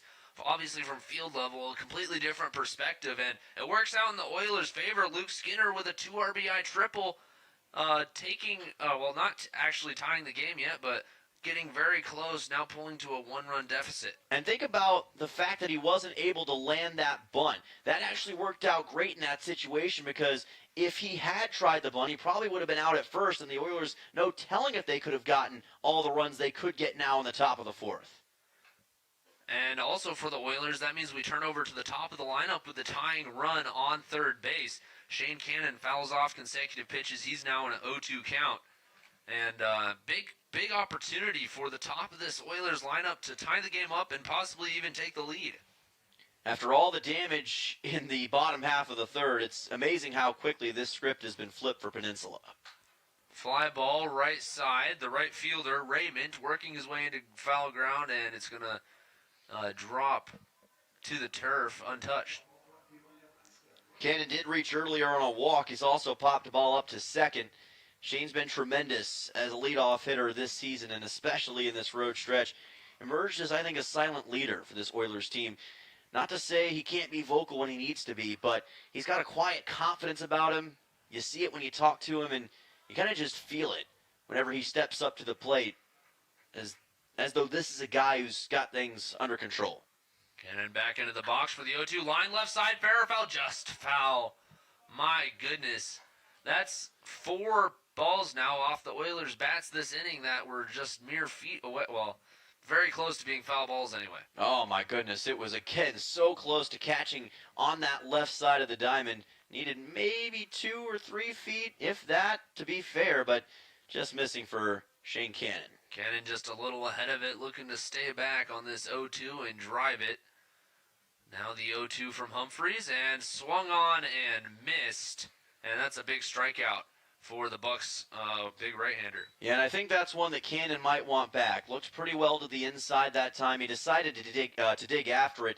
I don't blame him in that situation for going for it, but just couldn't get a handle on it. And I think the Bucs might indeed make that pitching change on Carson Humphreys. Deciding not to a few moments ago may have cost them a couple runs in that situation. That's also something that they may come to regret. But the Bucs are going to make a call to the pen, it appears. Absolutely. So we'll see who's coming in for the Bucs. Humphreys will end his day, and we'll have his final line and more right here on ESPN when we come back. 96.9 FM, 1140 AM, and online at RadioKenai.com. Everyone knows the struggle. The DMV keeps bankers hours while they're stuck at work. That's where AK Express rolls in to save the day. They handle the services people need, and that's why they want you. Open until 6 p.m. Monday through Friday and Saturdays 11 to 3. AK Express makes busy schedules easier. Conveniently located at the corner of KB and West Poppy Lane, next to Everybody Rides Again. AK Express, where convenience is king. World Cup soccer is here, and Martha's Cocina on Willow Street in Kenai is your game day headquarters. Catch every match on their mini TVs while enjoying authentic Mexican favorites, ice-cold Mexican beers, local brews, and the Peninsula's best margaritas from the full bar. Bring the family, bring your soccer crew, and make every match a celebration. Need catering for your next event? Just ask. Martha's Cocina next to Kenai Cinemas and Acapulco Mexican Restaurant in Soldada.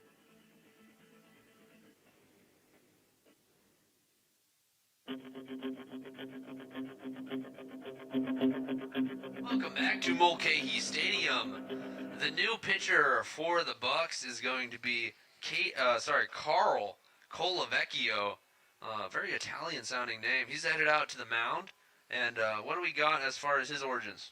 Yeah, Carl Colavecchio, a local player actually out of Anchorage. He plays for Feather River Community College, and he's a pitcher who's Again, been a thorn in the side for the Oilers this season. 7 2/3 innings pitched with 4 appearances, but a lot of those appearances have come against Peninsula. In fact, his latest appearance was against the Oilers on June 23rd, went 2 innings pitched with just 1 hit given up. He's been very solid every time he's been called out of the bullpen, and that's what he's going to need to be with the tying run for the Oilers currently at third base. Yeah, with the rain descending even harder now as the game progresses, Colavecchio coming in a tough situation.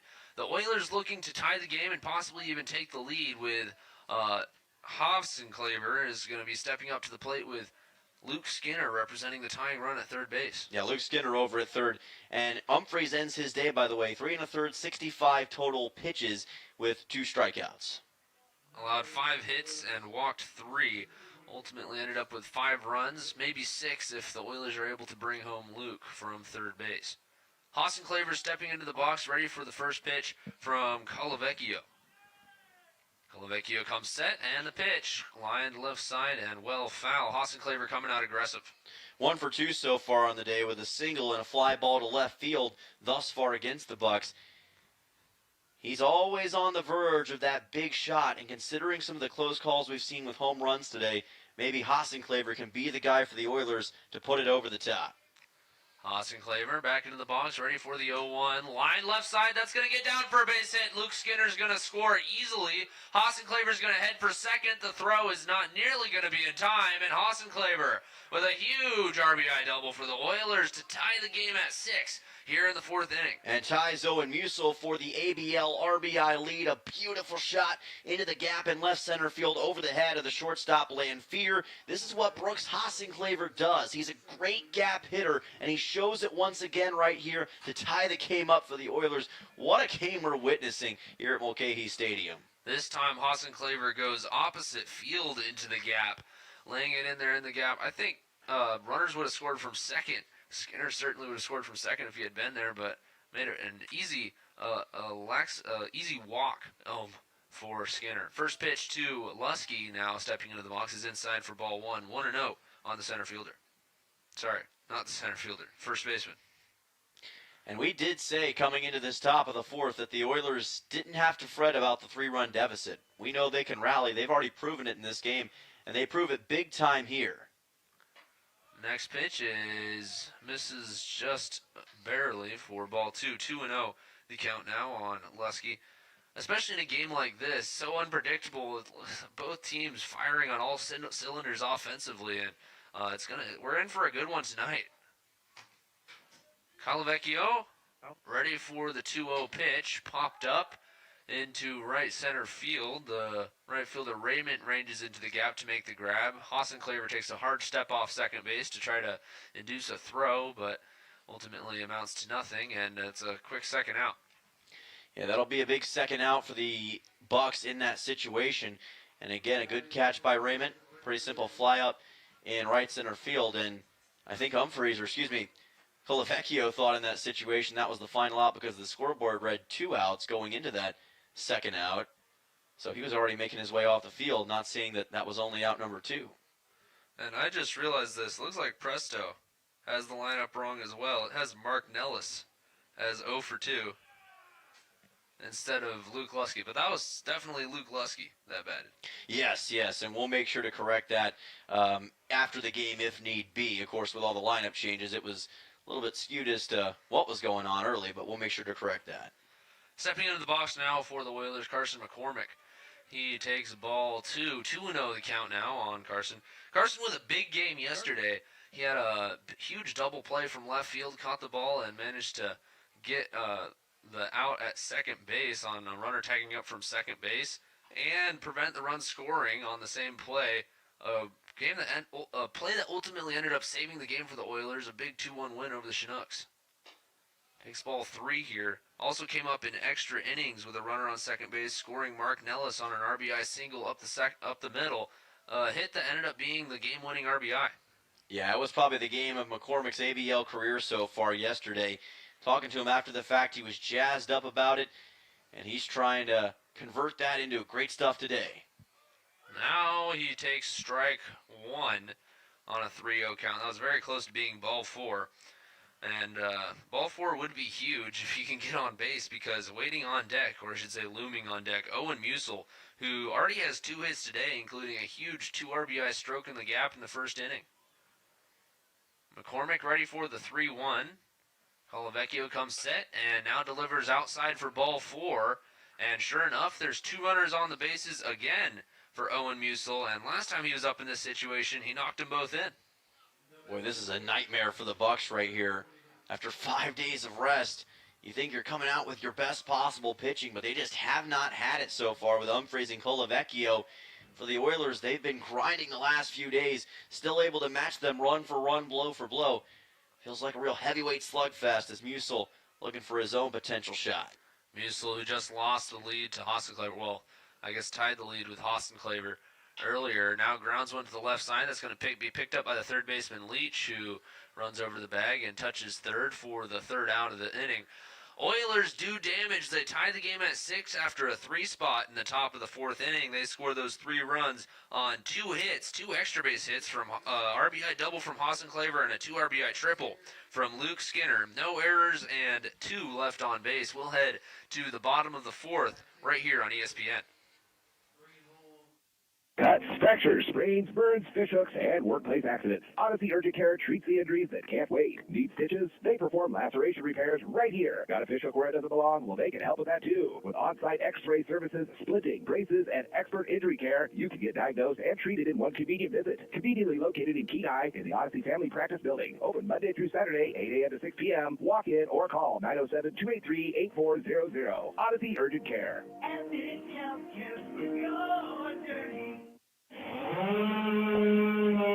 Hazardous trees are such a problem here on the Kenai Peninsula, but they have to be handled, and the place to call is AK Tree Solutions. With many years of experience in residential hazardous tree removal, they offer guaranteed customer satisfaction, and they're very accommodating. AK Tree Solutions also offers tree pruning, and they're licensed and insured. Get those hazardous trees off your property today. Call AK Tree Solutions, 907-398-2903. That's 907-398-2903.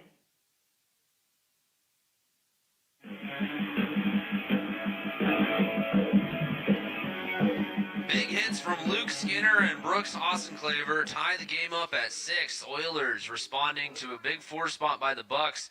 Bucs looking to put up a response of their own here in the bottom of the 4th. Like I said, game tied up at 6 here in the bottom of the 4th. First pitch to the Bucs hitter, who is Raymond, pops up into center field, and it's an easy play for McCormick to record the first out on 1 pitch.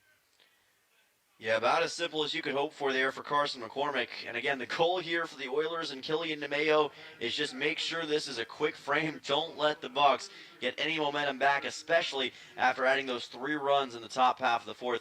And how about this, Tucker? 7 combined runs in the last 2 frames between these 2 teams. Absolutely. This is not something that we've seen much this year. Such a high level of offensive output from both sides tonight. DeMayo's next pitch is grounded to short, picked up by Cannon. Throw across the diamond is in the dirt, but picked up by Lusky for the second out. That's a play you can't take for granted if you're an Oilers fan. The Oilers had a lot of problems yesterday in those kinds of 6-3 situations with some lower throws and lower plays that ended up costing them a chance at outs. Able to get the out here on Tracy for a big second out. And again, that's a great sign of improvement if you're an Oilers fan. 2 outs recorded very efficiently, to say the least. And stepping up now for the Bucs is Smith, who's 1 for 1 on the day with a walk. He's going to take a strike right down the middle. And after 2 outs recorded on 2 pitches, it's pretty hard to swing at the first pitch and make the potential for a 3-pitch inning.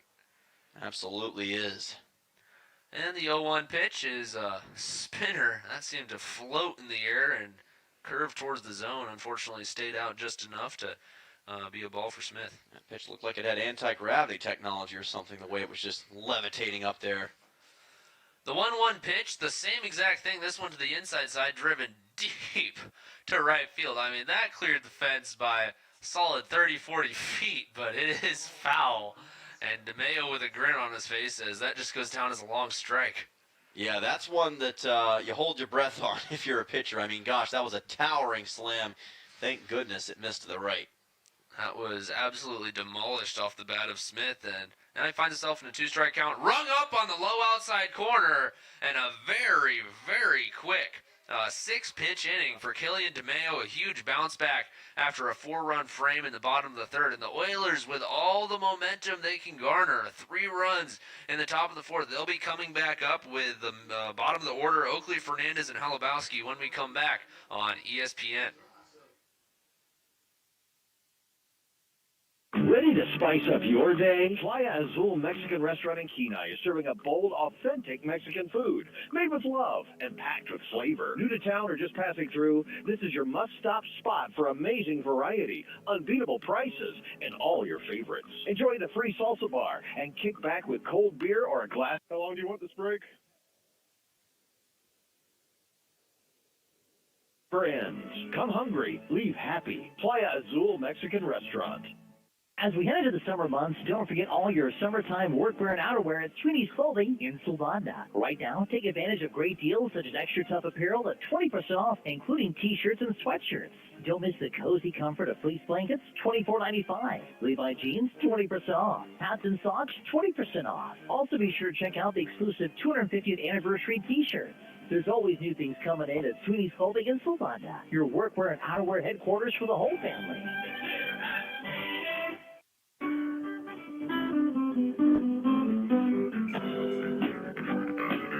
6-6 still is the score on your Three Bears Alaska scoreboard. The Oilers bringing up Oakley, Fernandez, and Halabowski here in the top of the fifth, and they've got all the momentum in this one. Oh, they certainly do have all the momentum, and a fantastic inning defensively. Don't want to just skim over that bottom half of the fourth. Killian DeMeo looking a lot sharper without those runners on base to worry about. Bucs not able to get anything off of him. A quick 1-2-3 inning sets up the Oilers well to keep building on that momentum against Carl Colavecchio here in the top of the fifth. Yeah, as a pitcher, there's something that throws you off when you come into the game with runners already on base. It's one thing when you allowed them on base. You feel like it's your mess you got to get yourself out of or something. I don't know what the difference is, but it seems like a lot of pitchers are thrown off quite a bit by those inherited runners. And Killian DeMeo coming in the bottom of the fourth with nobody on absolutely crushed it. Stepping in now for the Oilers, Reed Oakley. He's 0 for 2 on the day, grounded out to third in the first, and struck out swinging in the third, looking to bounce back here in the fifth. Umphris still on the mound for the Bucs. Leg kicks and delivers. Popped back and out of play off the bat of Oakley, 0-1. Yeah, Carl Colavecchio coming in that top half of the fourth inning for the Bucs. After Umphris had that rough start, still gave up a run, but did a little bit better to control the Oilers. But we'll see if he can keep doing that. Colavecchio's 0-1. Low and inside for ball one. 1-1 as Colavecchio evens the count. Got some precipitation falling here in Anchorage. It's not a huge rain, more of a light rain. And we do have a turf field at Mulcahy Stadium, so it's not a too bad of a situation, but still something to watch. 1-1 delivery. Popped back and out of play to the right side. 1-2 the count now. If anything, this situation is going to make it harder to grip the baseball and could create for some awkward exchanges. That's the biggest thing you want to watch for in this spot.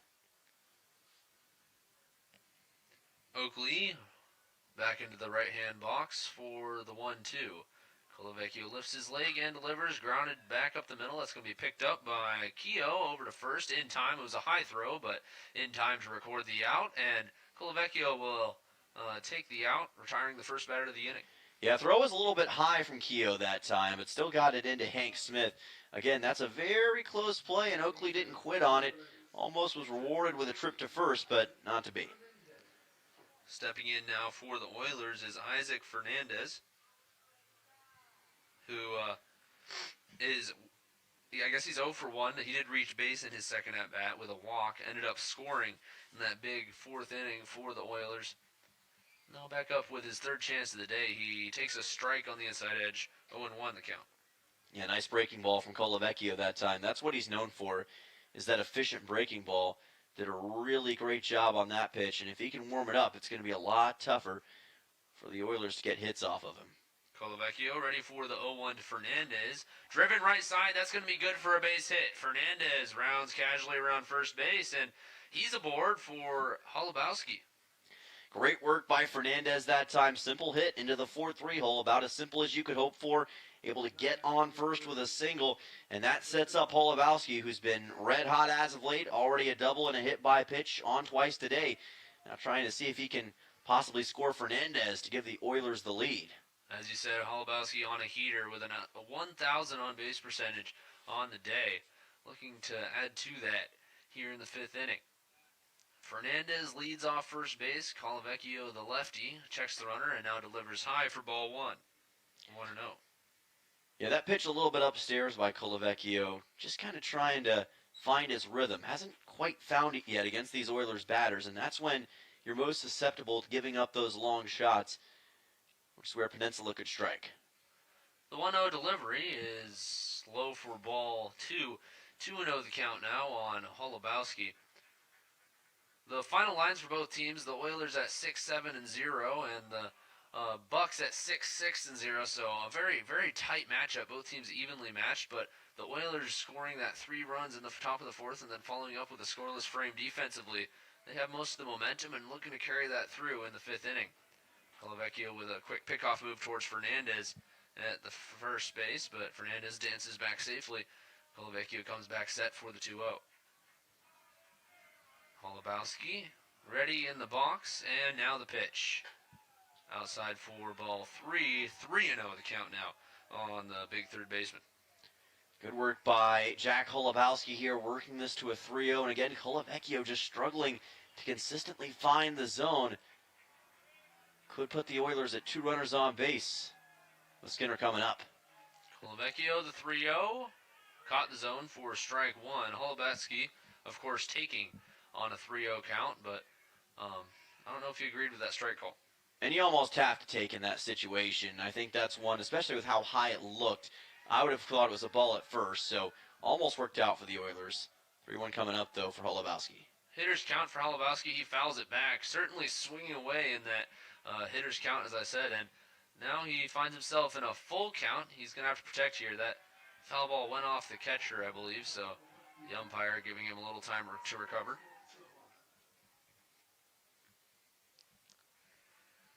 Look around the field for the Bucs.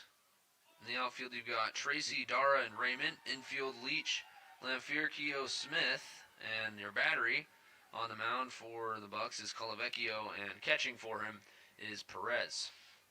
Stepping back into the box, Holubowski with Fernandez on first base in a full count with 1 out here in a tied ball game in the top of the 5th inning. And the payoff pitch from Colavecchio. Popped up in the infield, ranging over and meeting in foul territory is the second baseman who overran it and then had to dive back but ends up making the grab. And that's the second out of the inning. Boy, yeah, that was a really tough play for Miles Keogh. Almost looked like he overestimated or underestimated where the ball was going to end up and had to backpedal at the last second. Dove for it and still was able to make the catch, but that was a really close call for Keogh. Could have been a really disastrous situation for the Bucs. Holubowski, with all the power he's got, all the energy in that swing went straight up, so absolute towering pop-up, and those can be the hardest for the infielders to make the grab, and Keogh displayed that there, trying to make a grab on what seemed like a routine pop-up. Next pitch is low for ball 1, 1-0 on the bottom of the lineup, which is Luke Skinner. And that's a really good situation there for Carl Colavecchio because you had a 3-0 count with Holubowski there and somehow able to get an out of it. That's a pretty solid upgrade from where it was before. Yeah, Colavecchio doing a good job grinding on the mound. Now ready for the 1-0 to Skinner. Line right side, that's through for a base hit. Fernandez is going to turn around second and hold there as there was a good throw from the right fielder, Raymond, into third base, and still a big single for Luke Skinner, which puts 2 runners on base for the top of the lineup. Yeah, just like that, Luke Skinner able to add another single to the board. And again, it's been that right side. The 4-3 hole has really treated the Oilers well in this game for whatever reason against Colavecchio. Skinner able to capitalize. Notice as well that lefty batters are having a lot of success against Colavecchio, it seems. Again, he's a lefty himself, usually has that inherent advantage against righty batters, but not so much against lefties. Stepping into the box now for Cannon for the Oilers is Shane Cannon, and he's going to take a ball low, 1-0 the count. Comes up in a big spot with runners on first and second in a tied ball game. With 2 outs, he's going to need a base hit to extend the inning. But just looking, a shot in the gap could score Fernandez from second for sure. I know Shane feels like he's due. He hasn't had a hit since game 1 of yesterday's doubleheader. Feels as though this is a time for him to change that. Cannon takes a strike on the outside edge now. 1-1 the count now on the shortstop. Cannon is 0 for 2 on the day. Struck out swinging in the fourth. Popped out in the second. Walked and scored in the first inning. Now ready for the 1-1 pitch as Colavecchio gets his sign and comes set. High leg kick and the pitch. Swung through for strike 2, and Cannon now is going to have to protect and just put the ball in play. Yeah, dug after that one. He was trying to send that thing into the gap, probably in left center field, and he just couldn't catch that fastball from Colavecchio, who does a very good job of adjusting as he faces more batters. Now trying to leave 2 runners stranded for the Oilers here. Colavecchio ready for the 1-2. A big pitch coming right up. And because of that, he's going to step off and take some time to take a breath before this momentous pitch. 1-2 the count with 2 runners on base. Cannon just looking for a base hit to extend the inning and get Hassenclaver up to the plate. Colavecchio comes set for the 1-2. Late kick and the pitch outside and high for ball 2. 2-2 the count. Good take by Cannon that time. This is a guy who stays patient at the plate. We've talked about his resourcefulness in these situations in the past, and very hard to strike out. One of the toughest, in fact, on this team to strike out. Has only done so about 11 times this season. The 2-2. And good job by Cannon on a pitch that seemed outside and then curled back into the zone with a late swing just to foul it off and stay alive. Entered today's game with a .296 average and 3 extra base hits on the season. Forced 12 walks with 8 hits and 7 RBIs. Now back into the box, ready for the 2-2. 2 outs, runners on first and second. Fernandez leads off second. Skinner off of first.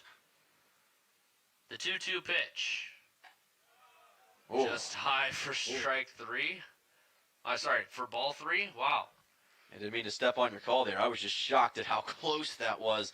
Pretty bold of Cannon, but works out for him again. That's why he's a batter and I'm not. Fantastic job to just hold. Yeah, my subconscious thought that was a strike 2 apparently, as that's what I said without meaning it. And now the full count pitch from Colavecchio. Runners go, of course, with full count and 2 outs, and Cannon swings through it for strike 3.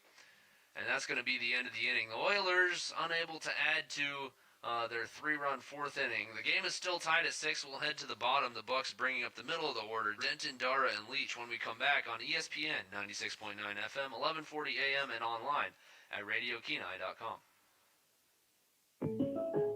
Let's talk about something that's not always top of mind, but still really important: life insurance. Because it offers financial protection for your loved ones and can help them pay for things like a mortgage, credit card debt, and even your children's education. Plus, life insurance is probably a lot more affordable than you think. And with State Farm, your local agent can help you understand your options and choose coverage that fits your needs and budget. Hi, this is Christy Babcock, your local State Farm agent, still in Kenai, and now also at the Soldotna Y. Officers of Beeman, talking with Steve. It's time to party. You'll find everything you need for that perfect party located right here at Beeman's. Matt, we have lots of party gear. We have piñatas and gift wrap, and we have bags and table covers, plates and napkins.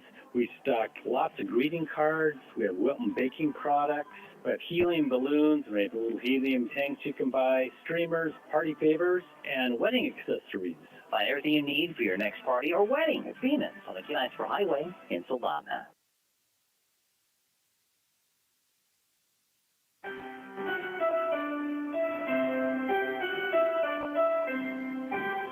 Welcome back to the bottom of the 5th inning. Killian DeMayo is still on the mound for the Oilers. Stepping into the box for the Bucs is Denton, and significantly more rainfall coming down as we head to the bottom of the 5th, and hopefully this game will be able to continue through all 9, but That makes it more difficult, certainly for the fielders, but also for the pitcher, as he has to try to grip a very slick baseball. Yeah, it does, and hopefully this is just a passing shower in this situation and won't last for too long. First pitch from DeMeo is a slider that catches the bottom of the zone for a strike one, 0-1 on Denton.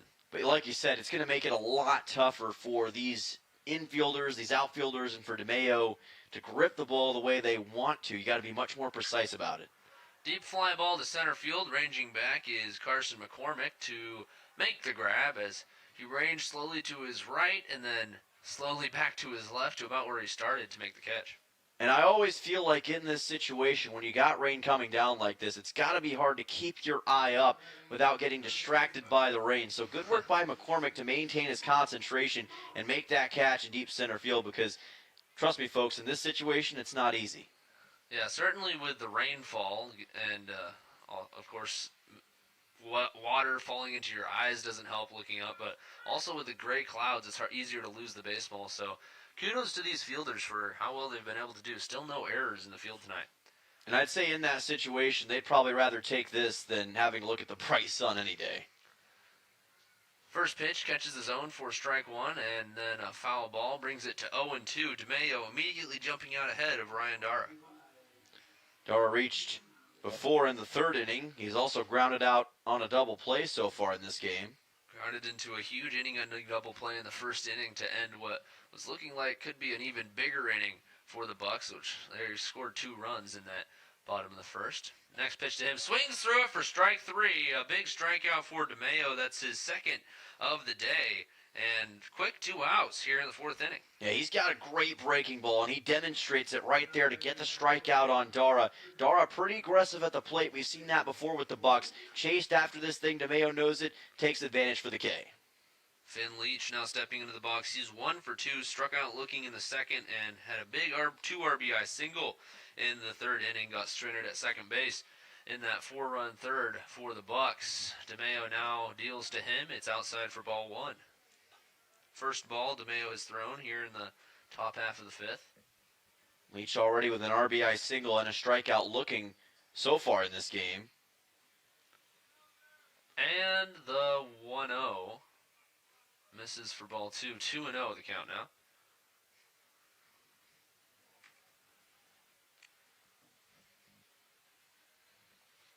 DeMeo ready for the 2-0. He's going to want to get back in the zone here and not go to a 3-0 count. And it's outside for ball 3. So, sure enough, he goes to that 3-0 count, and now he's got a tricky situation here against a very good hitter in Finn Leach. Yeah, facing off against a lefty batter as well. It can be a pretty hard dynamic for righty pitcher.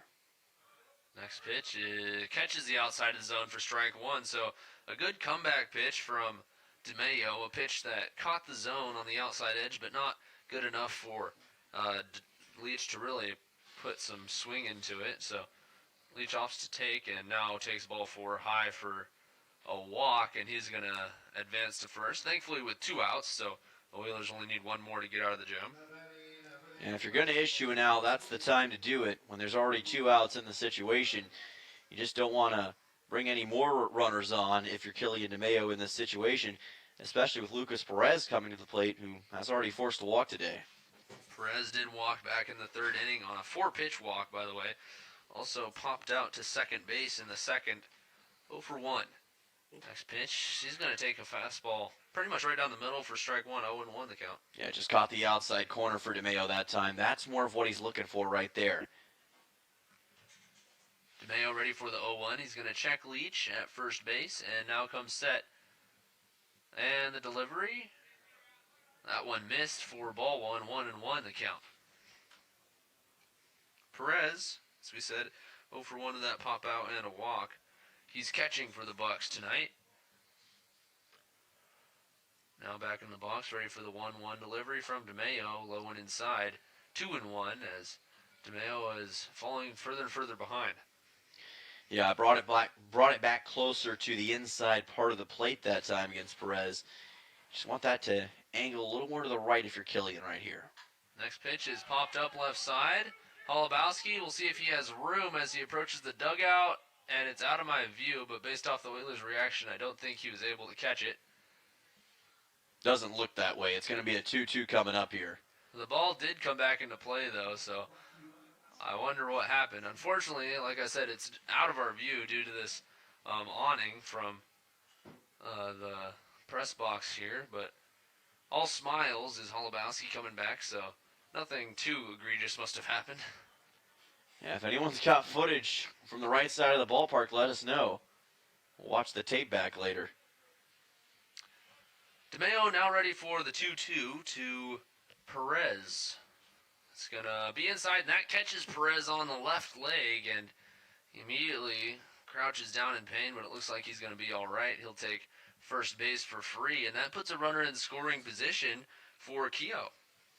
Yeah, that's one that DeMeo's probably not going to be happy about. He was doing well against Perez right there and just angled it too far to the inside. He was trying to catch that inside part of the plate a lot against Perez and was already risking it with some of those pitches and allows him to get to first here.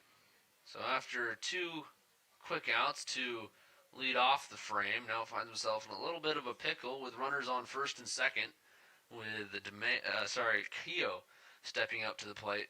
And you're going to want this out because if Keogh manages to get on base or extend the inning, then you're headed back to the top of the order. Swings through it for strike one, a good start to the at-bat for DeMeo. Yeah, that's more like it. Again, that's the breaking ball to the outside corner that I think he is able to work with the best. And again, it's against a righty batter. That's where Killian's in his comfort zone the most. That's what he's trying to target. The 0-1 is popped up. He threw the bat, but it's going to be an easy pop-up to second base. Keogh couldn't keep a handle on what I'm sure is a slick wood bat in this rain. Nonetheless, it's the third out of the inning. Luke Skinner arranging in to make the grab, and we'll head to the top of the sixth. The Oilers in the heart of their lineup, Brooks Hossenclaver, Luke Lusky, and Carson McCormick when we come back right here on ESPN Radio. Gentle Dental in Soldotna proudly welcomes Dr. Perkins to the practice. He brings a remarkable background from studying in France to earning a degree in microbiology and a DMD, graduating near the top nationality. With over 5,000 hours in implant dentistry and decades in anesthesiology, he delivers advanced, comfortable care. Dr. Perkins has been recognized among America's top dentists and enjoys serving Alaska communities. Gentle Dental continues providing trusted modern care. Call 907-262-8834 for your next appointment. Injured, recovering from surgery, had a stroke, brain injury, or trouble swallowing? Central Peninsula Rehabilitation Services is here to help you feel your best again. With expert care in physical therapy, occupational therapy, and speech-language pathology, our team creates a plan tailored just for you. From neurological conditions and sports injuries to joint replacements and everyday aches, we've got you covered. With 4 convenient locations in Kenai and Soldotna, care is always close to home. Learn more at cph.org. Just search rehab.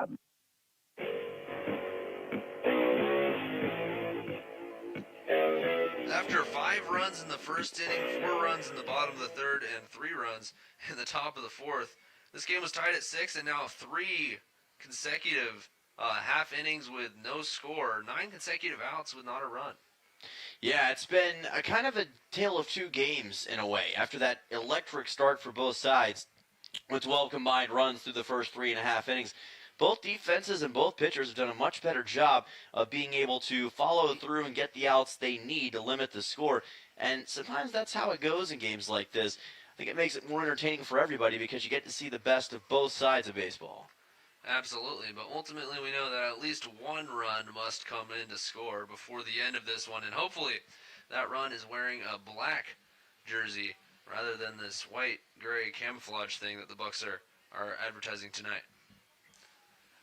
Oilers stepping into the box. Brooks Hossenclaver, the best bat for the Oilers so far this season, or at least the best power bat for the Oilers, is working from the left-hand side as usual. Now ready for the first pitch from Colavecchio. First pitch outside for ball 1. He's faced Colavecchio once tonight, which was a RBI double into the left center gap, looking to do that again here in the 6th. Already has a single as well, got one back in the first. Also flew a ball out to left in the second, so 2 for 3 day for Hossenclaver. Now another pitch outside for ball 2. Hossenclaver getting ahead early. Another thing that I've started to notice as the temperature has dropped, as this rain has begun to move out a little bit, it's going to be a chilly environment coming up here soon. Feels like 50 degrees outside right now. Hassan Claver back into the box, ready for the 2-0. This one also misses, and now he's a 3-0 count for the ABL leader in walks. Yep, he's forced 21 already on the season, and has a good chance at number 22 right here if he can work the walk. Hassan Claver ready in the 3-0 count. That one's a called strike. Colavecchio wanting no chance of walking him on 4 pitches, drills that one right down the middle. Hassan Claver now ready, still in a huge hitter's count, ready for the 3-1. And the pitch. High for ball 4, and Hassan Claver works walk number 22. He's aboard to lead off the inning for Luke Lusky, who's still looking for his first hit of the night. That's a good way to start for the Oilers. Again, you get the leadoff runner over at first, and Brooks already has proven that he can run the bases well tonight. With Lusky at the plate, what you're looking for is you're trying to get Hassan Claver to second. Lusky 0 for 3, or 0 for 2, I should say, with a walk so far. Trying to see if he can make something happen here. Lusky walked on 4 pitches in the first inning, ended up scoring.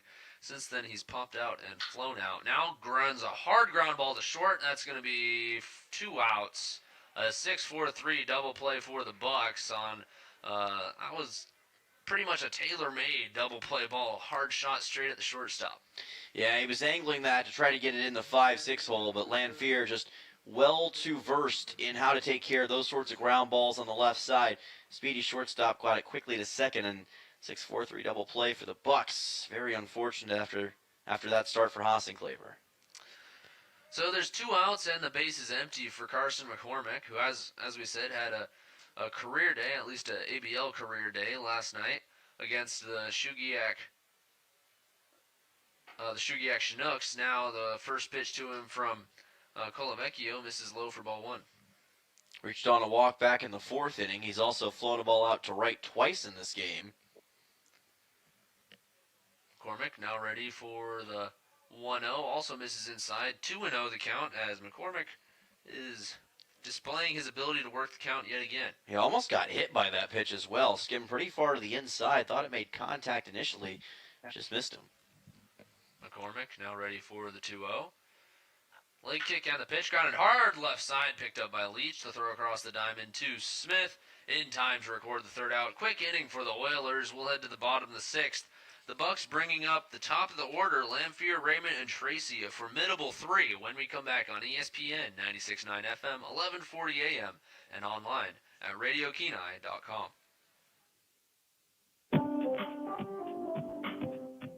Thinking about a new place to land here on the Kenai Peninsula? At Ashman Krause Real Estate, we believe real estate should feel clear, calm, and personal from the very first conversation. Bottom of the 6th, right?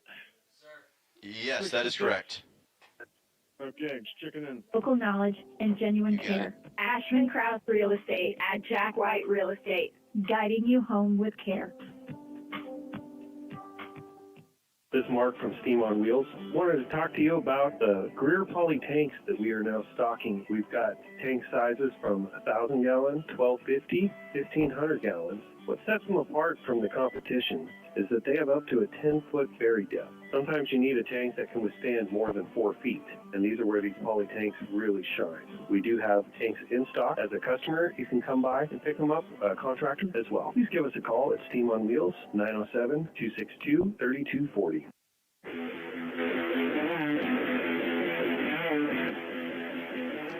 Oilers and the Bucs knotted up at 6 as we head to the bottom of the 6th. Bucs bringing up the top of their lineup. Of course, the top of the lineup brought to you by State Farm agent Christy Babcock. Start the next inning in your life with the top insurance team. Auto insurance, homeowners, life insurance, and investing opportunities with locations in Kenai and Soldotna. Call today at 907-283-7116 if you're in Kenai, or if you're in Soldotna, 907-262-4440. Remember, like a good neighbor, Christy and her team are there for you. First pitch issued from Killian DeMayo to Camden Lanphier. Outside for ball 1. 1-0 on the very good offensive shortstop. Yeah, Lanphier already on 2 times today. Once on a single and once on the walk in the 1st and the 3rd inning. hasn't had that huge extra base shot that he usually gets against the Oilers, and hopefully DeMayo is able to keep him from doing just that. 1-1 delivery is going to be popped up back in, and I believe that's going to be out of play. Sure enough, caught the top of this metal roofing. Wound up pretty loud. I don't know if you could probably not hear that, but it's pretty loud for us. 1-2 the count now. Raymond waiting on deck, and Tracy both have been on base multiple times and scored multiple runs. Next pitch is outside for ball 2. 2-2 the count on Camden Lamphere. And that pitch just a little too far to the outside. What DeMayo's hoping for in that situation is to get Lamphere to chase it, thinking it's going to be more to the inside, but didn't get it. The 2-2 pitch, just low for ball 3. I thought Lamphere had a chance to get rung up on that one. Yeah, that was a really close one toward the outside corner. No protest from DeMayo, but that was a close call. Payoff pitch coming up. The 3-2 catches the zone for strike 3, and Lamphere knew it right away before he even got called for it. And he heads back to the dugout, cringing at himself. And that's one out quickly here for DeMayo. Yeah, that's not a mistake that Lamphere usually makes in that situation. Now, he does get struck out quite a bit. He struck out 15 and now 16 times this season. However, he's usually pretty good about avoiding it in that scenario. Didn't matter. First pitch here to Raymond, who was waiting on deck, is now misses for ball 1, 1-0. Raymond 0 for 2 on the day. Got hit by a pitch and scored in the third inning. Struck out looking in the first. Takes a strike here, 1-1. And that shows just how good that breaking ball is for Killian DeMayo right now. When you're able to fool Lamphere like that, who's been so good against the Oilers, you know you're doing something right. Especially, well, I'll give you this pitch first. It's fouled back and away for strike 2, but especially from this eagle's eye point of view we have up here, you can see that insane horizontal movement he has on that pitch, moving left to, or sorry, our left to right, yes. His right to left. The 1-2 from Killian DeMayo. Swung through, strike 3. Raymond is struck out for the second time today, and the second consecutive strikeout for Killian DeMayo to start off this 6th inning. 4 total Ks for DeMayo so far, and again, it's that breaking ball. They just haven't been able to find a consistent answer for it. No one has gotten a hit really off DeMayo since he came into this game. It's just been impressive strikeout after impressive strikeout so far in this bottom of the 6th. Tracy now stepping into the box for the Bucs. He's 1 for 3 on the day, singled and scored in the first, flew out in the third, and grounded out to short in the 4th inning. Now up for his 4th chance of the night. He's going to foul it off towards his own dugout, 1-1. Future TCU Horned Frog, and like you said, already a single once in this game. Has a lot of power. He certainly has displayed that, not just with the Bucs this season, but also back in his high school career.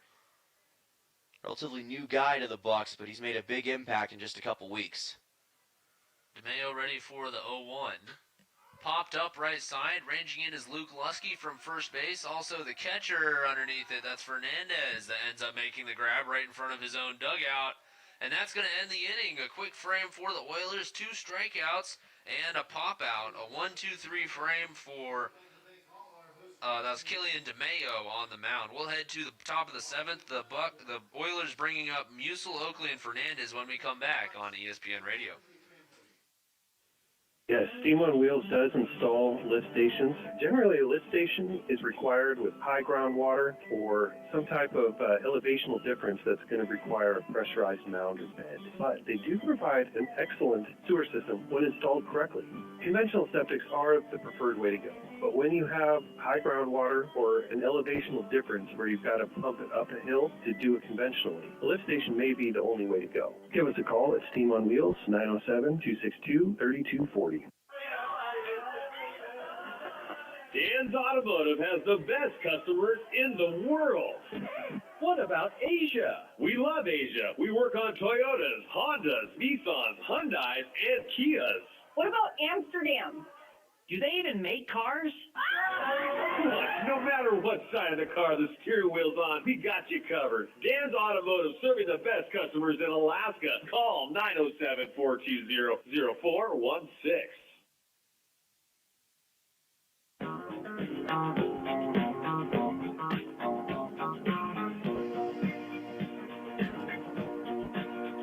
Welcome Welcome back here on ESPN. Dylan Simmons and Tucker Blau joining you here from Mulcahy Stadium, taking you through the final 3 innings of this contest. The Oilers trying to pick up their first win of the season on the road against the Anchorage Bucs. Owen Musil, Reed Oakley, and Isaac Fernandez will lead off this inning for Peninsula. That will be 5, 6, and 7 for the Oilers. Musil so far in this contest has been a lightning bolt, 2 for 3 with a 2-run RBI double in the first and a single in the third. A 2-run RBI double felt huge. Well, it was huge in the moment. Of course, since then there's been a total of, 9 runs, yes. 10 runs scored, something like that. So, still a huge double, but it's just a huge offensive output from both teams tonight. Carl Colavecchio still on the bump, fires in a ball as the count goes to 1-0. Musil, the freshman out of Kansas City, Kansas CC from Omaha, Nebraska. Helped Kansas City, Kansas to an NJCAA D1 baseball plains tournament berth this past year. Fouls this one off to the right side as the count evens at 1-1. Owen Musil, like we were saying, has had a huge day. 2 hits already, looking to add to that here in the 7th inning and get on base and potentially represent that go-ahead run on the base paths. Yeah, it's all about getting on base here for Owen Musil and setting the tone against Colavecchio, who's been solid since checking into this game, and he fouls it off to the right side, count at 1-2. Rain picking up a little bit here at Mulcahy after dissipating for a brief moment. Still not as hard as it was going in the bottom half of the 5th and top of the 6th, but still fairly pronounced. Musil with a 1-2 coming up. And he's going to send a fly ball over to right field. Camping underneath it is Andrew Raymond, and he makes the catch for out 1. Owen Musil recorded on a deep fly out to right field. Unfortunately, just got way too far underneath that, and towering pop-up easily handled by Raymond. Reed Oakley will come to the plate. Designated hitter has struck out in the 3rd inning, grounded out in the 5th inning, and also grounded out in the 1st inning. 0 for 3 so far today at the DH spot.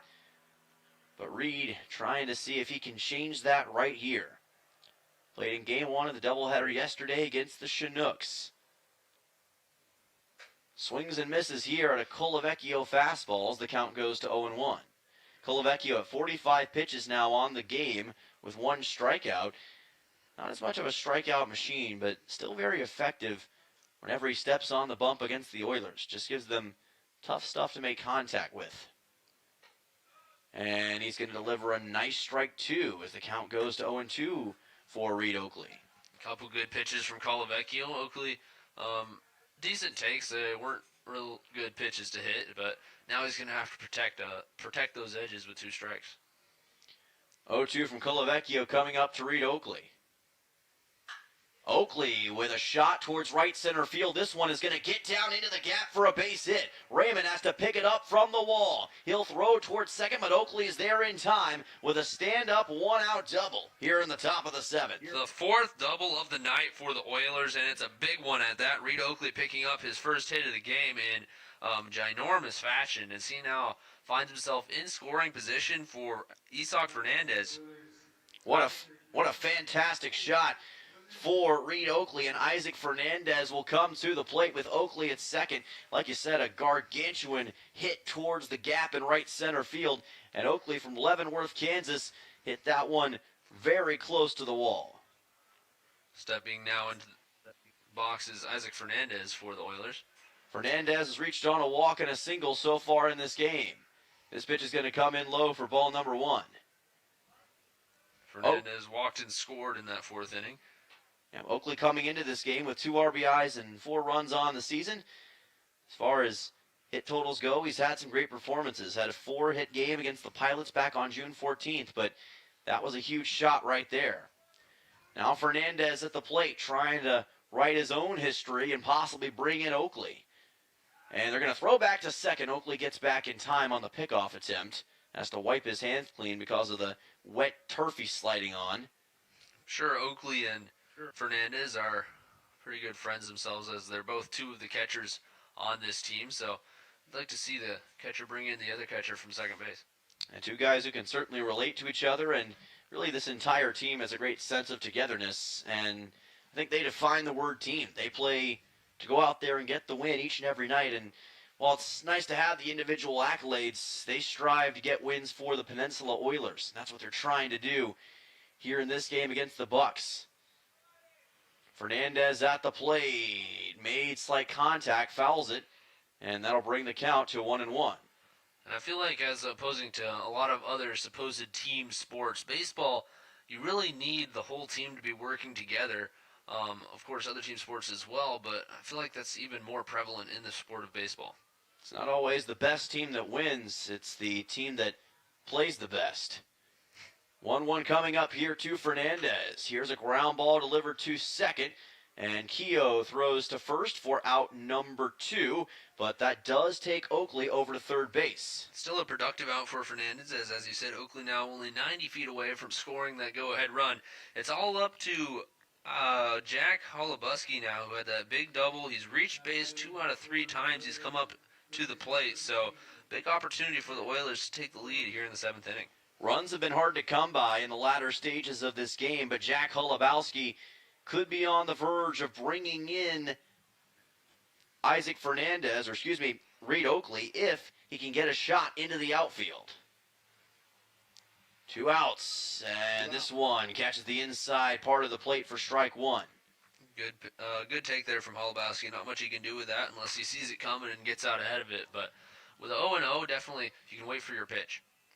9 hits for the Oilers so far in this contest. Holubowski could make it 10 here in this top of the 7th, but he chases after this pitch, a fastball from Colavecchio. It's strike 2 and an 0-2 count. Holubowski was looking to put 2 RBIs in with that swing, and now he's going to have to shorten up a little bit and just try to put the ball in play and do what he can to score Reed from third base. Holubowski very aggressive in this at-bat. There's a lot of room up the middle for him if he can get it there. 0-2, high and outside for ball 1 from Colavecchio. Holubowski, good job laying that off. You could tell he came up with an aggressive approach, so I was worried he'd chase if Colavecchio went outside the zone like he did, but Holubowski able to hold back on pulling the trigger. 1-2 pitch coming up. Colavecchio, the southpaw, delivers, and it's chopped foul toward the left side by Holubowski, keeping the count at 1-2. Again, not a good pitch to hit, so good job by Holubowski fouling it off and extending the at-bat. So the more pitches you see in at-bat, the more chance you see of getting a meatball. So Holubowski vouching on that here. Trying to take advantage of the opportunity. 1-2 pitch. Holubowski hits one over the head of the second baseman, and the Oilers will take the lead. It's Holubowski with an RBI single with 2 outs in the top of the 7th. Holubowski with an absolute electric drive over the second baseman's head. Like you said, depositing it into right center field and scoring Oakley from third base to give the Oilers the lead. Oilers now lead 7-6 as we head to we're not heading to the bottom of the 7th yet. Oilers still got more work to do. First time they've led since the 3rd inning after they took a 3-2 lead following the first. That'll bring Luke Skinner to the plate, who's had his own magic today. Skinner had a huge RBI triple back in the 4th and had a single in the 5th. 2 for 3 so far, and he'll try to see if he can spring forward Holubowski. This pitch from Colavecchio outside for ball 1, and 10 hits for the Oilers in this contest. Skinner with multiple hits on the day, which you might say is rare company. Not today. There's 4 total Oilers with multiple hits now on the day after that Holubowski single. Pitch delivered here to Skinner. Makes contact and fouls it back. Count evens at 1-1. And the shots into the gap have been sensational for the Oilers today, but also the location off the bat has been superb. Probably the best of the season, I would say. 1-1 coming up here to Luke Skinner. Pitch is delivered and shot foul toward the Oilers dugout. Count will be at 1-2. Brooks Hossenclaver is 2 for 3 with a run and an RBI. Owen Museful is 2 for 3 with a couple RBIs. And, of course, Jack Holubowski after that single, he's 2 for 3 with a run. And Luke Skinner is also 2 for 3. So a lot of offense for the Oilers, to say the least, tonight. And a lot of guys having their best days in a while. That's why the Oilers have the lead they find themselves in. 1-2, high fly ball, deep to left field. Is it fouled? Yes. and that'll keep the count at 1-2 strikes. And how many deep fly balls have we seen Luke Skinner able to do and just come short of those home runs? I'm sure he'll get one with the way he's been hitting the ball recently. I mean, it's almost inevitable with the distance that he delivers on these foul balls toward the corners. You'll think at some point he's going to have it work inside. The chances of having it happen this many times without a homer is just improbable. 1-2 coming up to Skinner. Holubowski at first, and he pops this one behind the press box to keep it at a 1-2. As a lefty hitter, too, that foul ball down the left field line, that was opposite field power. What can he do if he really gets one inside and really gets into it, pulling it down the right field line? Scary thought for anyone playing against him. Former All-State and All-Tournament team back when he was playing in Minnesota for high school baseball out of Woodbury. 1-2 coming up. Low for ball 2 from Colavecchio. Count evens at 2-2 strikes. Was a Mr. Baseball finalist in the state of Minnesota. Standout for East Ridge High School. Comes from a family of great baseball players. His father, Sean, played baseball at San Diego, and his father, Mike, played for the Pittsburgh Pirates. 2-2 coming up to Skinner. Here's a chopper to the right side, right to the first baseman, Hank Smith, for out number 3. But the Oilers do take their first lead since the 3rd inning. Jack Holubowski with an RBI single. Oilers on top 7-6. It's stretch time here at Mulcahy Stadium. We'll be back for the bottom of the 7th in just a moment on ESPN. Hi, this is Justin Ruffridge. There's nothing like a small town. It's real community. And that's one of the reasons I'm raising my family here. It's also why I own and operate Soldotna Professional Pharmacy, because I believe a small-town pharmacy is where people get the best care. Our customers aren't just customers, you're our friends and neighbors. Stop by at 299 North Binkley in Soldotna for hometown-friendly service. I'm Justin Ruffridge, and I'm here to serve you.